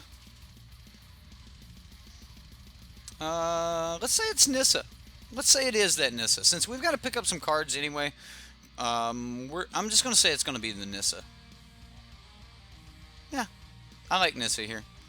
So we're gonna go add missing cards to the wish list. Trade binders, always got to check because the lands will get stuck. All right, and then we'll export this. Yep. We'll jump over to mana traders real quick. Pick up these cards. Be no big deal. No biggie. And we can jump into this. Let's go to the builder.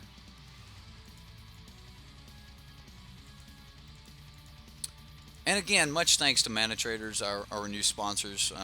You know, it does help that, you know, I don't have to pull one deck at a time or two decks at a time. I can actually pull the whole list now.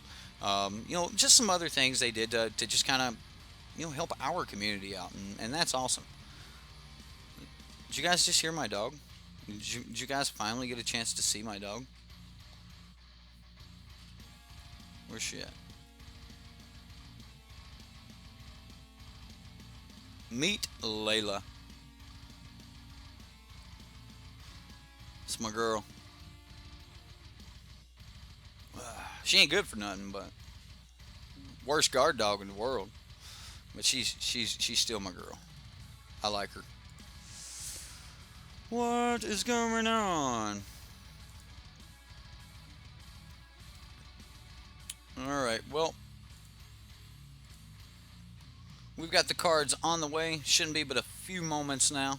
It says about a minute. So we should have the cards here in just a second. Let me get the chat back up so I can see you guys. Profane Procession. Ooh, see, that would be a decent one. Yeah, might have to look into Profane in the deck. Definitely. Let me see, where'd the deck go? Abzan Revolt. Profane would actually be really good. I could probably take out a Bloodfast for that, or maybe even a Fatal Push. Like, Fatal Push should probably even be Moment of Craving. Because if you want it, you're going to want to gain life. How did I get a foil Moment of Craving? Oh, I drafted that. Alright, yeah, that's what that was. I hope you... did you get to see the dog? I'm sure you got to see her. What breed? Mutt? Sooner? She's sooner to be one type of dog as another? I don't know. She was a mutt. Her mother was part pit bull, which was a mutt herself. And then we don't know, like, that dog just ran wild. And in 2010, we had just moved from Kentucky back to Mississippi. And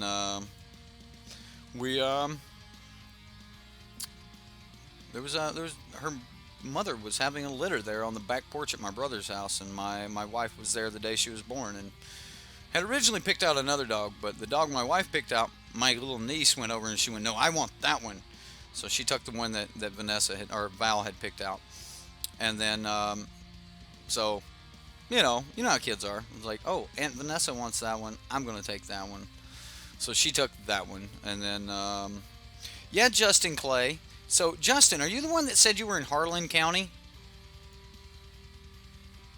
We're going to jump into some games with this.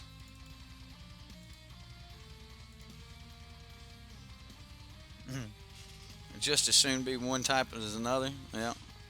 Best stream wisdom of the year. There you go. I'm from Stinnett. I just named something that's not on the map that you're about to know where that's at. Yeah. I got family that lives out 192 over in Harlem. Not 192. 192 in Somerset, and then I've got family that lives up on top of the mountain there. And when I say up on top of the mountain, I mean right there beside the diner. Go on up the mountain. Yeah. Yeah, I know exactly where you're from, Justin. Yeah, Leslie County, sir. Next county over. Next county over. Did we get an opponent? We still haven't got an opponent. I can't believe we won that first game against Control, though.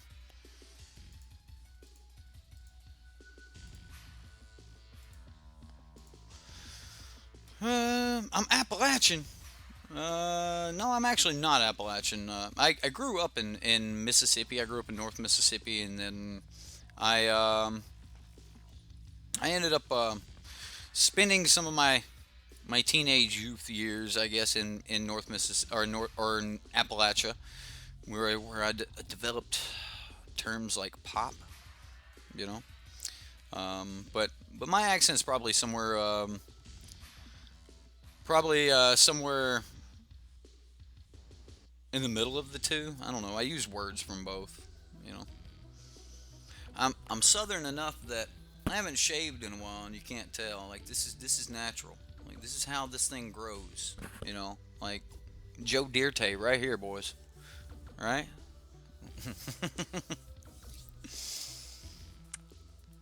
Yeah, ours is some like Somerset with yeah, it's spelled different. EMCC. Well, in Mississippi, I grew up near Ole Miss campus, um, Oxford, Mississippi, that area.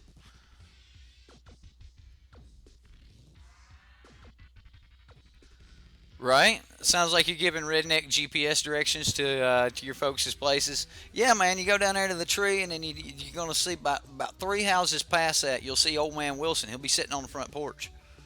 Well, what if he's not sitting on? He'll be sitting on the front porch. Don't worry, he's down there. All right.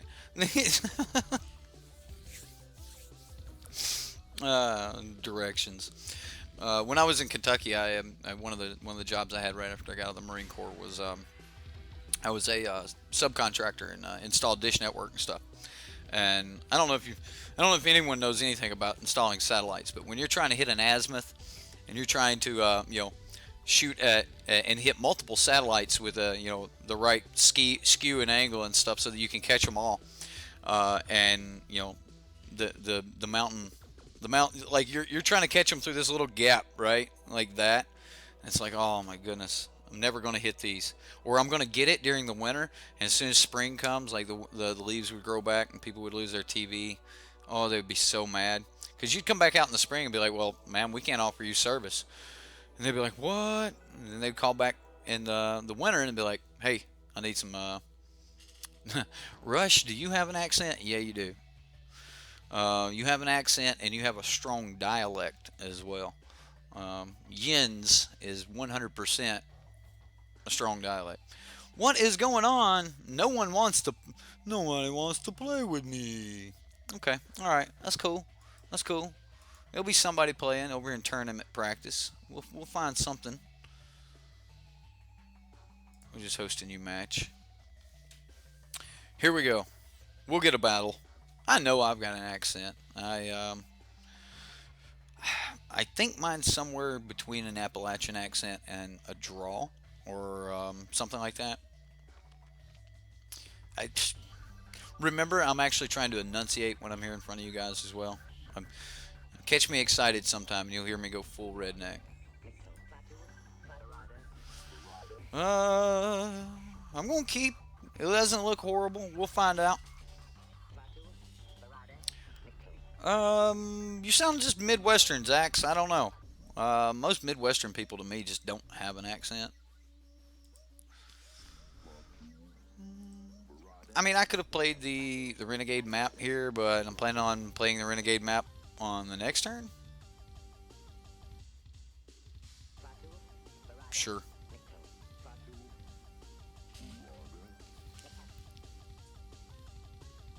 Even people in Ohio think you have an accent. Okay. Gambit, Cajun style. Yeah, I wish I had Gambit's accent. Uh, Gambit's got a cool accent, like, right? Just hi, Shea. Used to grow up watching this cooking show by this old man. His last name was Wilson. I want to say it's Woodrow or Stephen Wilson cooking, and he would always be like, "Woo wee." Man, that was the funniest thing. I was supposed to put a lot more power behind going woo wee to make it sound proper, but I didn't want to bust you guys' eardrums, you know. But it's pretty funny. I'm gonna grab this white source just in case we top deck. I don't know anything. Um,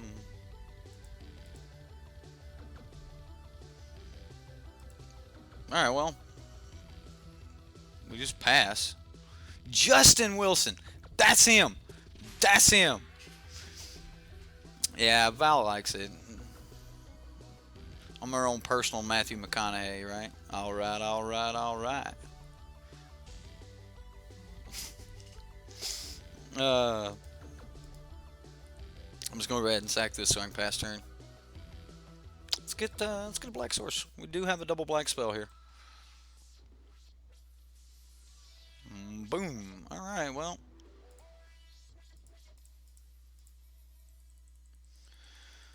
need some token production.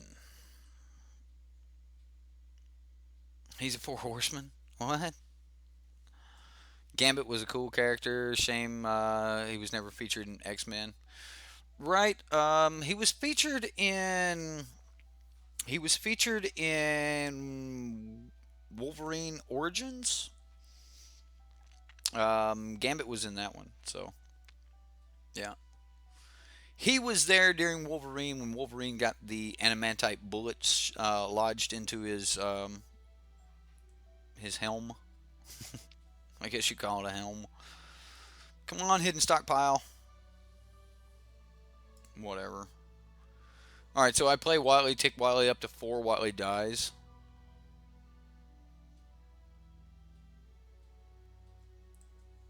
Pass. Nothing I can do about it. I mean, we make zombies start crewing, that sort of thing. Like that's where we're at. That's all we can do. That is all we can do because we don't have any interaction in this deck. And guys, I'm going to tell you guys right now, as you're building, there are so many fun things you can do in Magic after turn 5 or 6 or 7. And most of the times, to make those type things work really, really well, you're going to need to get much farther than turn 5, 6, or 7. So we only have one green source here. So I can't even...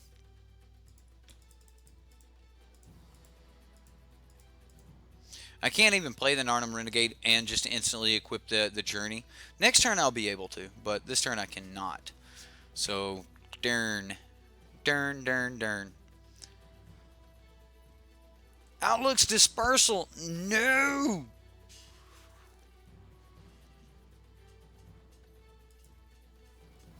Alright, well.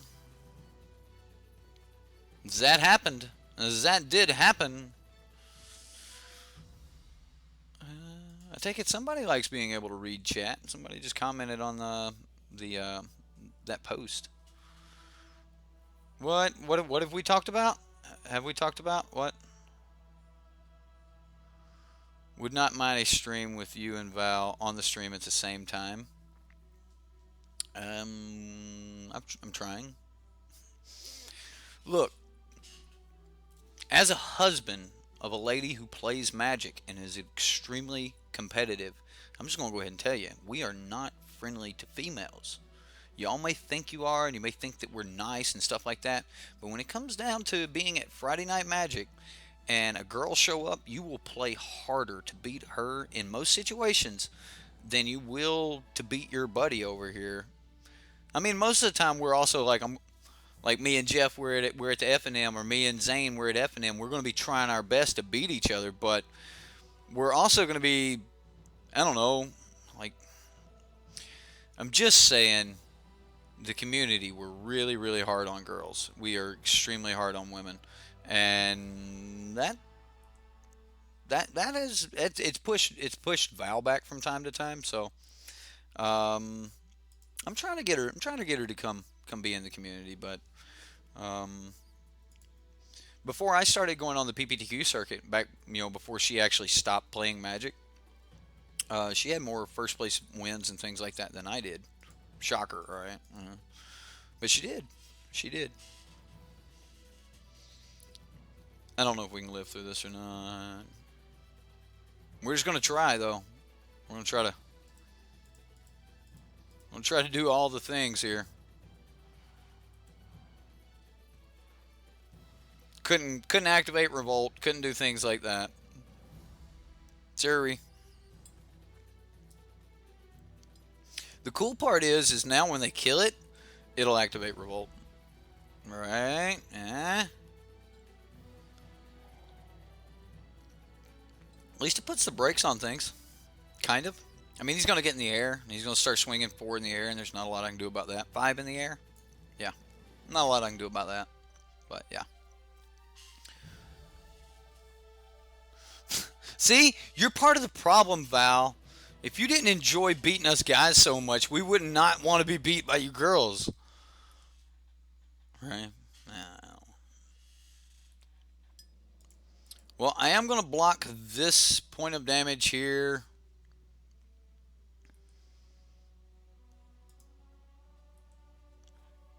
We get some more energy.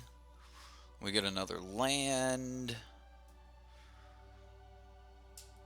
We get another dude.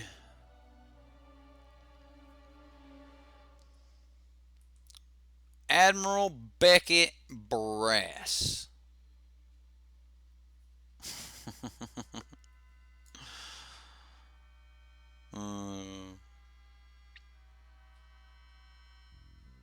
Players dealt damage by 3 or more pirates this turn. Eric B. K. Or EB Kilo.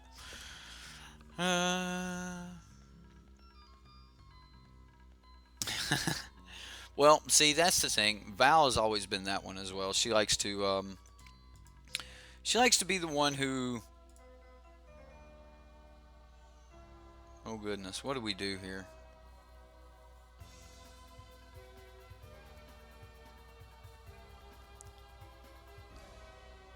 So we make him sacrifice something to stop this. Alright, well, we make him sacrifice his flyer here. Oh, we didn't do it. Alright, well.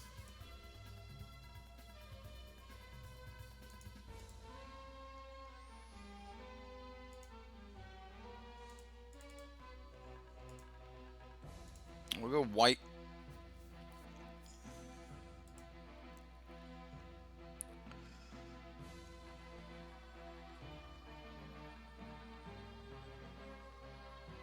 Sure, we'll try for Lannery Storm. He did not sack his dude.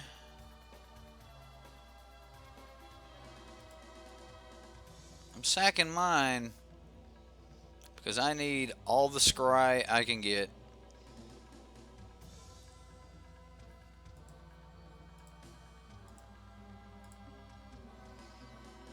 Come on, we need something really good. We do not need that.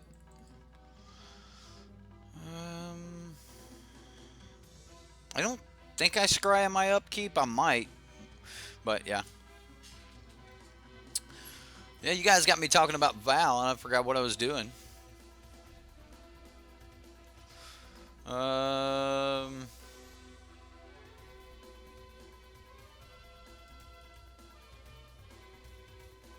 We have a judge here in Phoenix that's like that. She's her name's Crystal. She's like a level 3 judge. She used to be a judge for big events, you know, in Europe and stuff, and then she moved back home to here, and then like she was a judge at my first PPTQ that I won, and then like she is the judge here in Phoenix. So that's game. That is game. It was game anyway, but you know, now it's really game. Super game. Wow. All right, so we're gonna grab some fumigates because those are cool.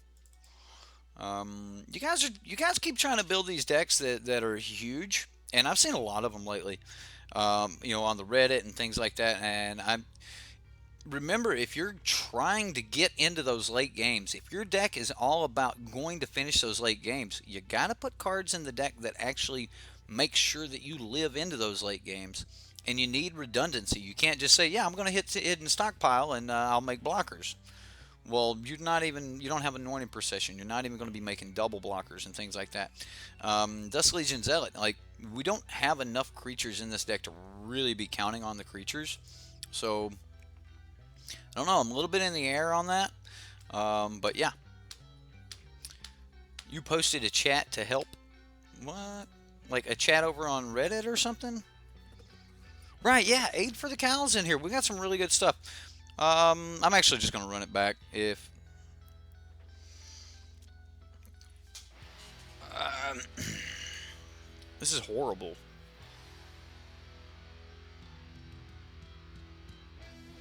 I'm gonna keep. Fine, I'll keep. Um.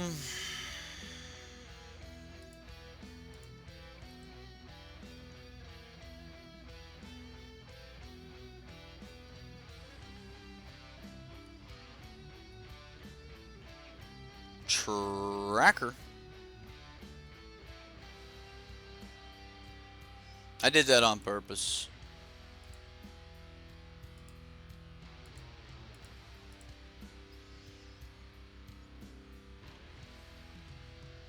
Should we go ahead and grab the planes? Probably, right?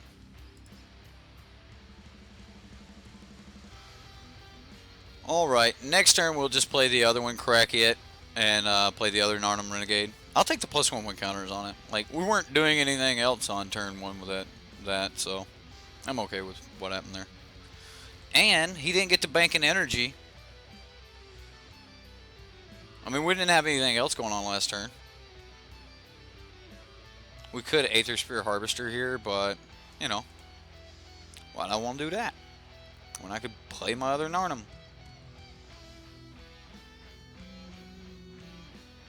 We've got double green. Let's go for our double black. The deck is really good at Revolt, but I don't know. But you're out. See you, Zax. Take care, man. We've got one more. Like, this is going to be the last game on this one, and then we'll see where it goes. Yeah, you got your Deadeye, buddy, and he revealed a fell flagship. So red-black pirates just beating me down. Woo, paid off for grabbing that double black. Give me kill spells, give me kill spells. Or something real big. Ooh, Direfleet. And get a kill spell from him. Fell flagship. I don't have pirates. Direfleet looks good though. First strike, all the other things. Yeah. I like it. I like what we got going on here.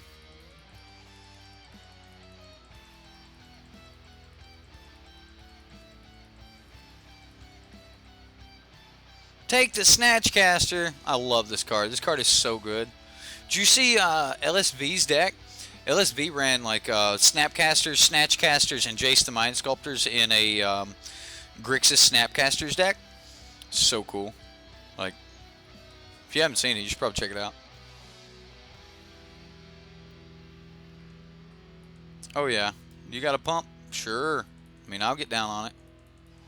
You gonna pump it? Ooh, Direfleet Poisoner. We're both gonna kill. I mean, cool. Now you can't affect my graveyard. I got what I wanted. I got what I want. Oh baby, you got what I need. Let's play these double green to pay for this red here. And now we're going to cast this red spell with white-black. That's so good. We bank the energy. Card is so good. Oh, Direfleet is so good. What do I think about Claim to Fame and Red-Black Pirates deck? Claim to Fame is actually better than it looks. And I've seen some people actually trying to do some kind of some like jank stuff with it. See, this is bad. He takes it.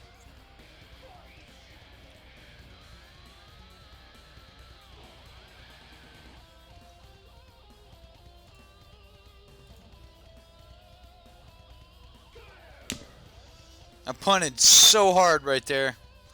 Oh my goodness. I could have just played Sheffit, Vraska. Oh. Oh. Yeah, but if he would have took Direfleet back, even if I kill the hostage taker, he would get his Dire Fleet back. I played the wrong land. I just clicked it. I wasn't even thinking because I'm a moron. Oh well. If he doesn't get Revolt here, then he's not casting that anyway. I mean, it won't do him any good. I'll just block with his first striker. Make green mana, dude. Show me you read your cards. Just make green mana. Oh, alright. That was some Frank level misplay. What kind of Frank? What Frank are we talking? Giggity giggity? Yeah. You guys are talking Rudy now. Giggity.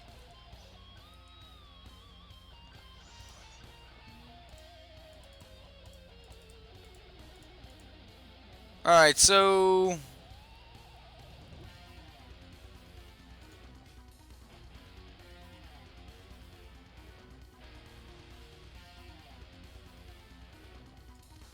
yeah, I'm just gonna make pirates. Pirates seem good. Yeah.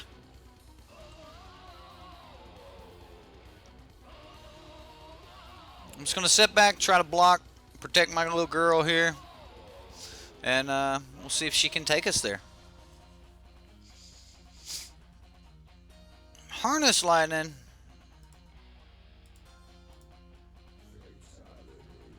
Alright, well, we're going to crew.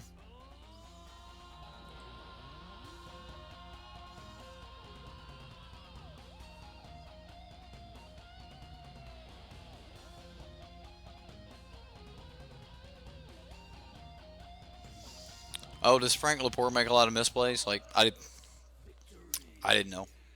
Misplays online are kind of, they're a thing. Like, they really are. Trying to trigger Revolt.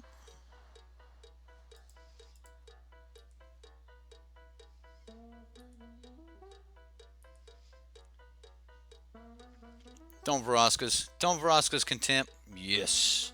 He's just drawing cards.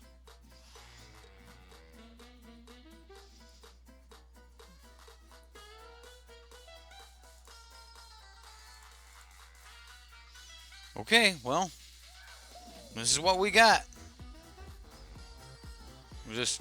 We're going there. We're getting there. I don't think I can just ultimate her right off the bat, though. Like, I don't want to just, like, waste her for an ultimate. Because if he has, like, a braid or, I don't know, like,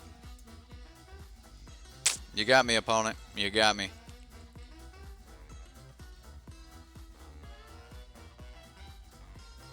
We'll see what he does here. I mean, he was clearly checking to make sure everything was safe, but Vraska.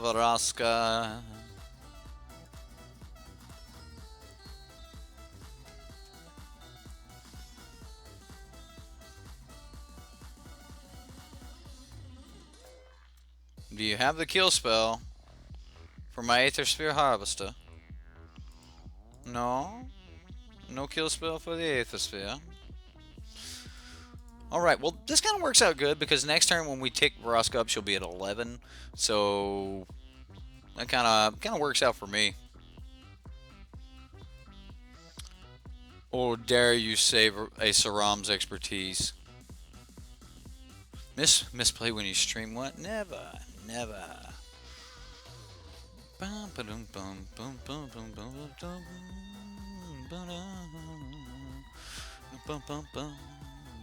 Alright, so now he's hitting 2 a turn in the air. Maybe I should start hitting him. I mean, he's got 1 card in hand. Maybe I should just start hitting him. If he's just going to tick her down by 2 each turn, and I'm going to be swinging at him for 4, then 6, and 8, and so on, then maybe. There's a lot of decks rocking Saram's expertise.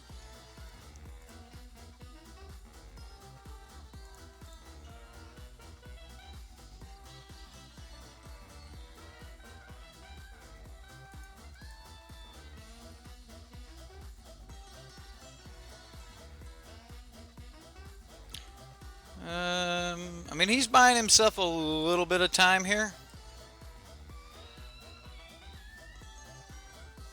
Like, how important is it? Like, should we have done this earlier? Nah. Is it even a worry? He's probably got a negate. Yeah, our opponent's like, if we can ultimate, he's just dead. I'll pass. I ain't worried about Revolt right now. We're on the Pirates plan. He doesn't have much longer until he has to just like start blocking, but if... Oh, wow. If he could hit me with 3... So that's going to put a hurting on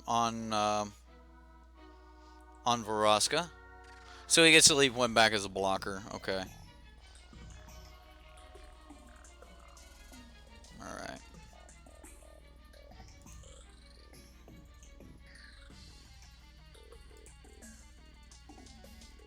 So are we just going to do all the things this turn?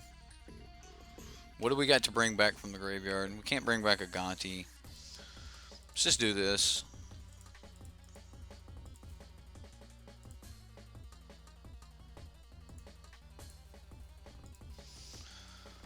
Yep, we're going to sacrifice our Shifit.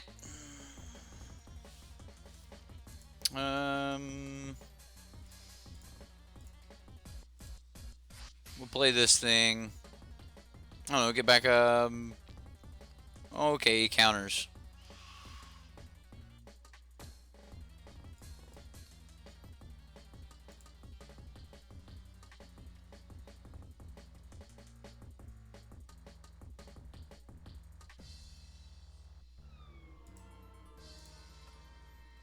I'm going to kill the flyer. See if he actually sacks this to protect it. He did not. We're definitely not getting to the ultimate now, but it's not the problem. That ain't the problem.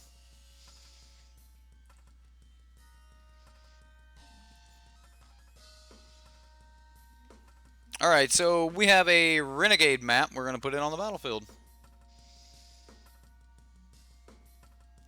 Yeah, like, Vraska's already done her job. If he can't beat the Pirates, then the game's over. What are we playing?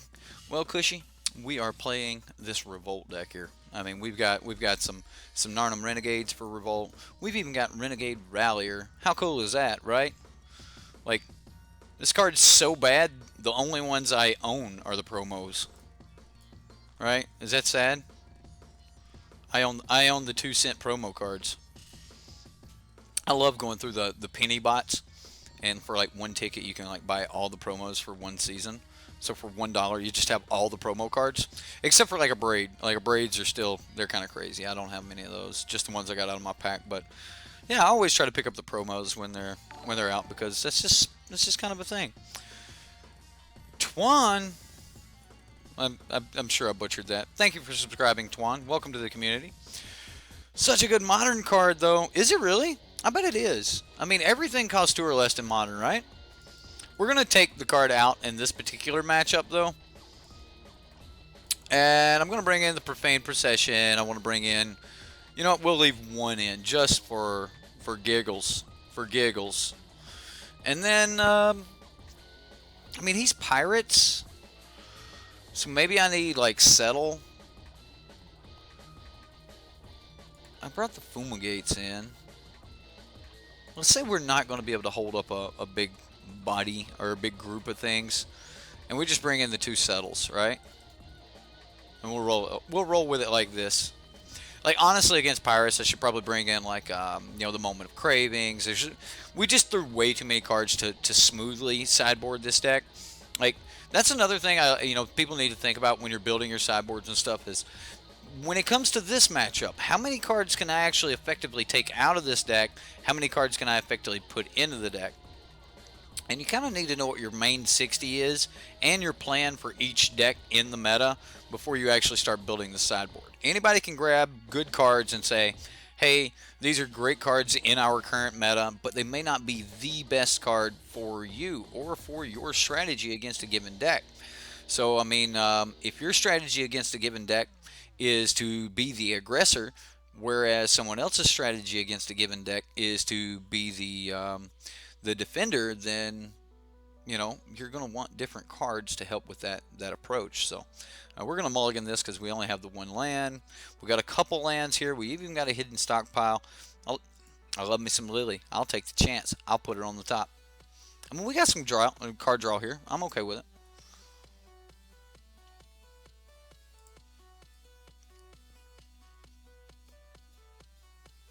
Scoop, scoop, scoop, scoop. There's a combo with a 1-drop black Gonti enchantment with that card. Really? Is that Gonti's Machinations? Is that what that is? Gonti's Machinations. Spell Pierce. You got me, opponent. Do it. Show me your power. No Spell Pierce. No Spell Pierce. The Renegade Rallier. Yeah, but the Gonti's, like, what's the 1-mana Gonti enchantment? The 1-drop black Gonti enchantment. Is that like Gonti's Machinations? Alright, cool. Perfect. Alright, guys. Ooh, Baffling in. Sweet.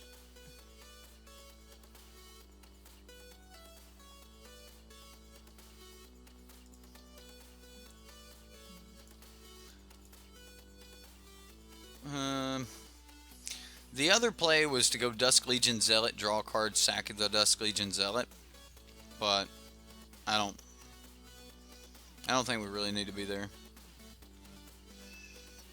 Not yet. We'll do this. We'll do that play this coming turn. So, Poisoner, he's getting there. Crew it up. Make me just make me discard. Yeah, you beast. Get in there. Ah, oh, it hurts so bad.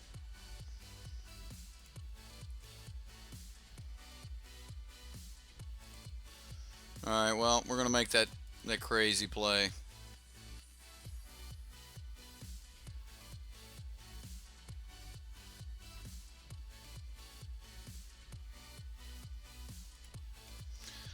This 1/1 works as well as any other 1/1, and we have our Revolt for next turn and our 5th land. I mean, it is what it is. I'll take it.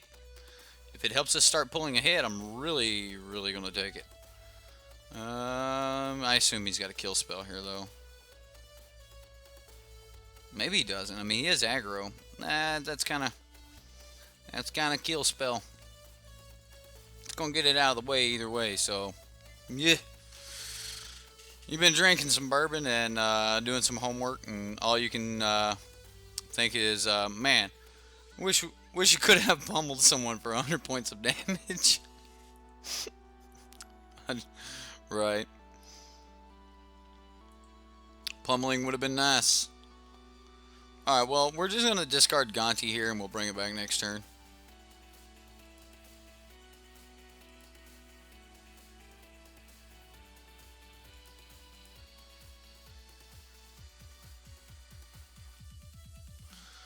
So, we've got double black, double white. This will be our double green. Alright.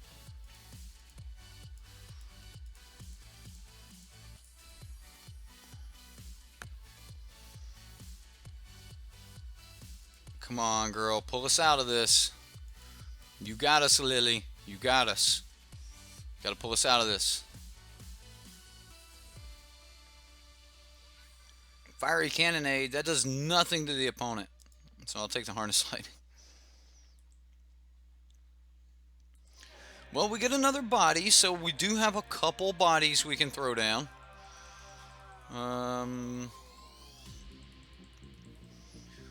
Whew, come on, come on.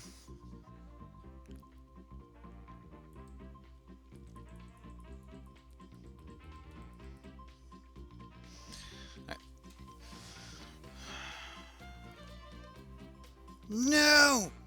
No! No! Alright, alright.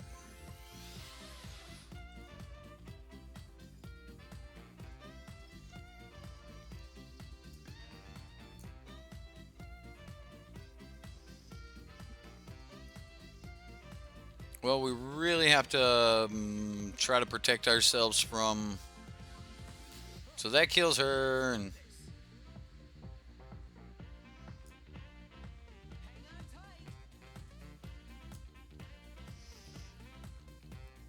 well, he's gonna kill her. I'm just gonna let it happen, since he's swinging both at as a planeswalker and not me, so I don't have to discard. The only reason I wanted to kill it was because I didn't want to discard. So yeah, yep. All right, well, how do we do this? We can play Renegade Map. We can sack Renegade Map. No, we sack this thing. Make another one. Scry. Shoot something. Oh, we're so far behind.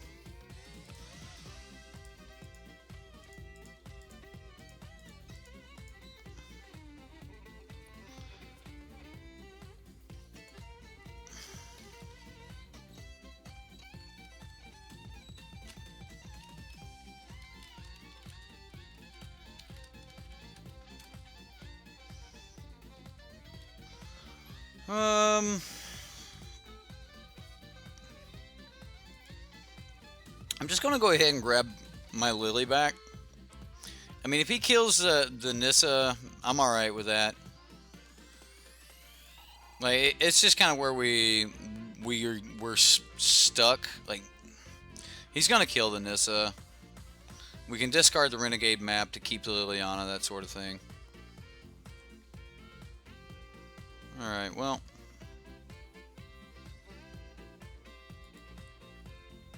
He's got a good tribal deck here, though. He's got a really good pirate deck. Yeah.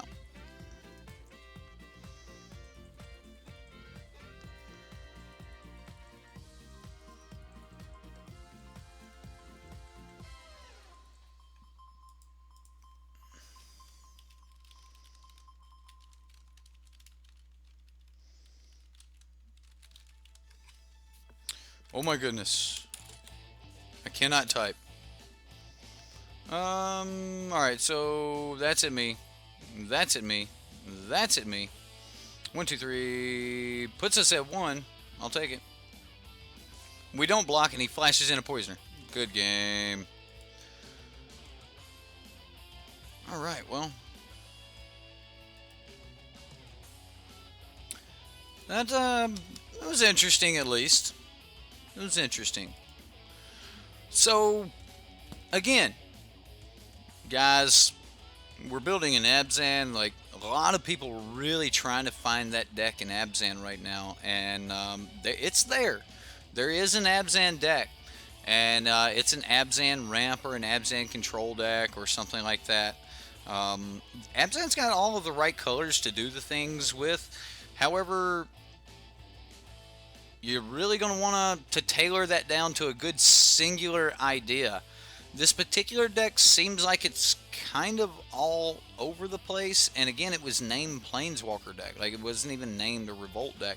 But it looks like it's got a lot of Revolt things going on. It's got some tokens things going on, some things like that, which again reminds me of a deck that's kind of all over the place. It looks like the deck really wants to be able to do some really cool interactions and things like that.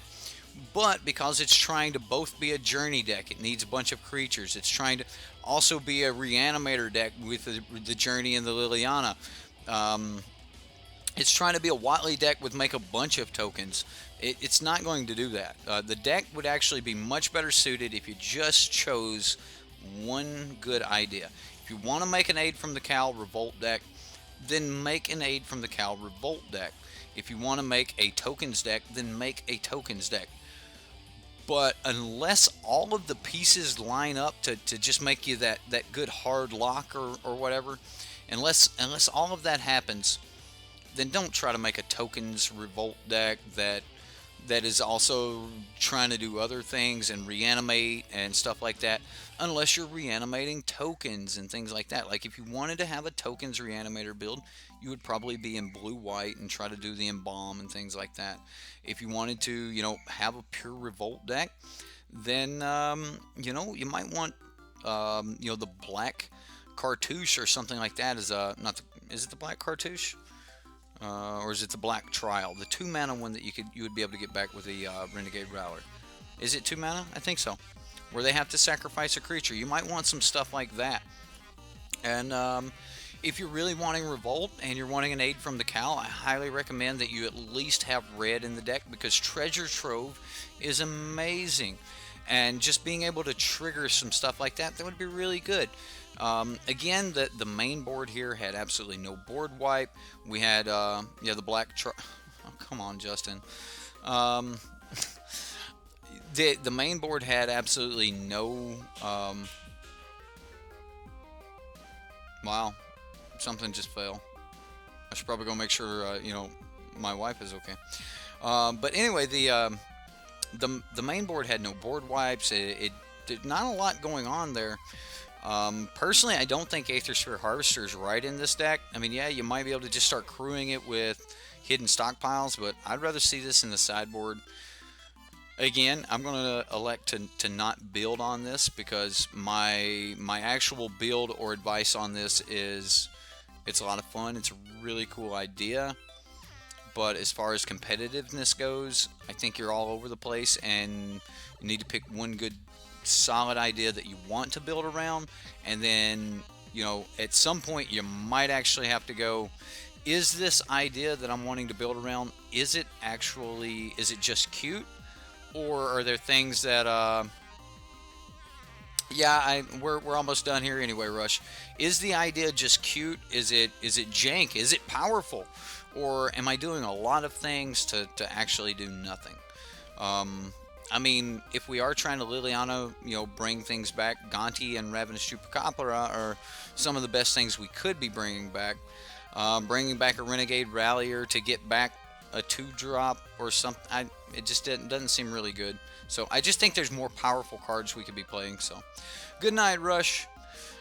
What do you guys think about this deck? I do think that there's an Abzan control deck out there that, you know, we could all, like, we could have a lot of fun with. And but I'm going to say back to the drawing board on this one. I do think it's all over the place, and it's not just because I lost the game with it. I mean, it was fighting good.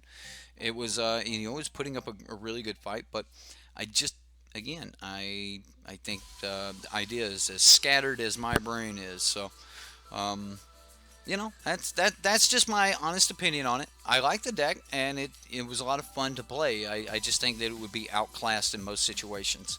Plus, the synergy is not as synergistic as I would like to see it. And again, I just played one game. I mean, it may just be completely different from that. But either way, that's all I've got for tonight. What do we got coming up for you guys tomorrow night? Well, there should be a Let's Talk MTG coming out. Hopefully, there'll be a Let's Talk MTG coming out. And there's going to be the Let's Play MTG Hazoret Aggro deck. We're going to be playing the Challenger Hazoret Aggro deck. Yeah, I know a guy on TCG Player played it. I have no clue who that guy is, and I don't know. I wasn't. I'm gonna play mine anyway. We were already gonna play them. I'm not gonna like not do the red one because TCG Player posted, you know, a league with the red one. So, plus he did friendly leagues. We're doing competitive. We ain't cheating out like that. We ain't being cheap. We've got this. We've already secured the sponsors. We've got everything taken care of. We're going to play it in a competitive standard league. And, you know what? If I go 3-2 in a competitive standard league, I'm going to feel real good about that. Because that'll be the third one. We went 3-2 with the first two, out of the box as is, doing the magic gods work for them there, you know. Doing good deeds. I like this deck. I like the Fanatical Firebrands. It's really good. The one change I want to make with this deck is just get rid of those harsh mentors. Slide in, you know, some Kendras and go from there. People ask, what would it take to make this a tier 1 deck? Buy 4 of them is the joke. You want to make this a tier 1 deck? Buy 4 of them and run your Chandras and Hazards and stuff. So anyway, we will to the standard tourney with a sweet token deck you brewed up. you'll be posting it on Reddit, and you want to get a few suggestions if we got time. Absolutely, man. Post it on Reddit, and I'm going to be trying to look through the Reddit here a little bit more. I'm about, I want to say I'm about 25 posts behind. Like in the last 25 posts, I haven't made a comment on, which is only like a few days, but still. So I'll probably work those out in the morning. Just go through those decks and kind of give a little bit of feedback here. Granted, I don't just like break them down, compare them to the entire metas and things, because honestly, a lot of decks are way too far away from just being tuned. They're still oh, Joe's toy reviews. Man, I hate it that he's gone. Bye, dude. Man, it's horrible. That's horrible, Joe. See ya. All right. Black White Primitive, because you will probably be playing it for Patreon games. All right. I will take a look at it. Is that the game? Is that the deck you're gonna post for me? All right. Cool. That'll work. All right, guys. That's it for tonight. Besides, Joe's Toys is already like. We don't get many trolls. I don't get to knock people out of here that often. That's fun. Yeah. All right. Yeah, we're just not gonna play with that in our community. Just flat out. Want to be a troll? I'll ban you from the community. Period. Done. Wizards is all about it, man. Let's ban people. Oh. All right. You're in a timeout. And what else can we do? So hate speech. Yep, there we go. Okay. See you, Joe. Anyway, guys, I had a lot of fun tonight. I hope you guys had fun, and we'll see you next time here on Sideboard MTG.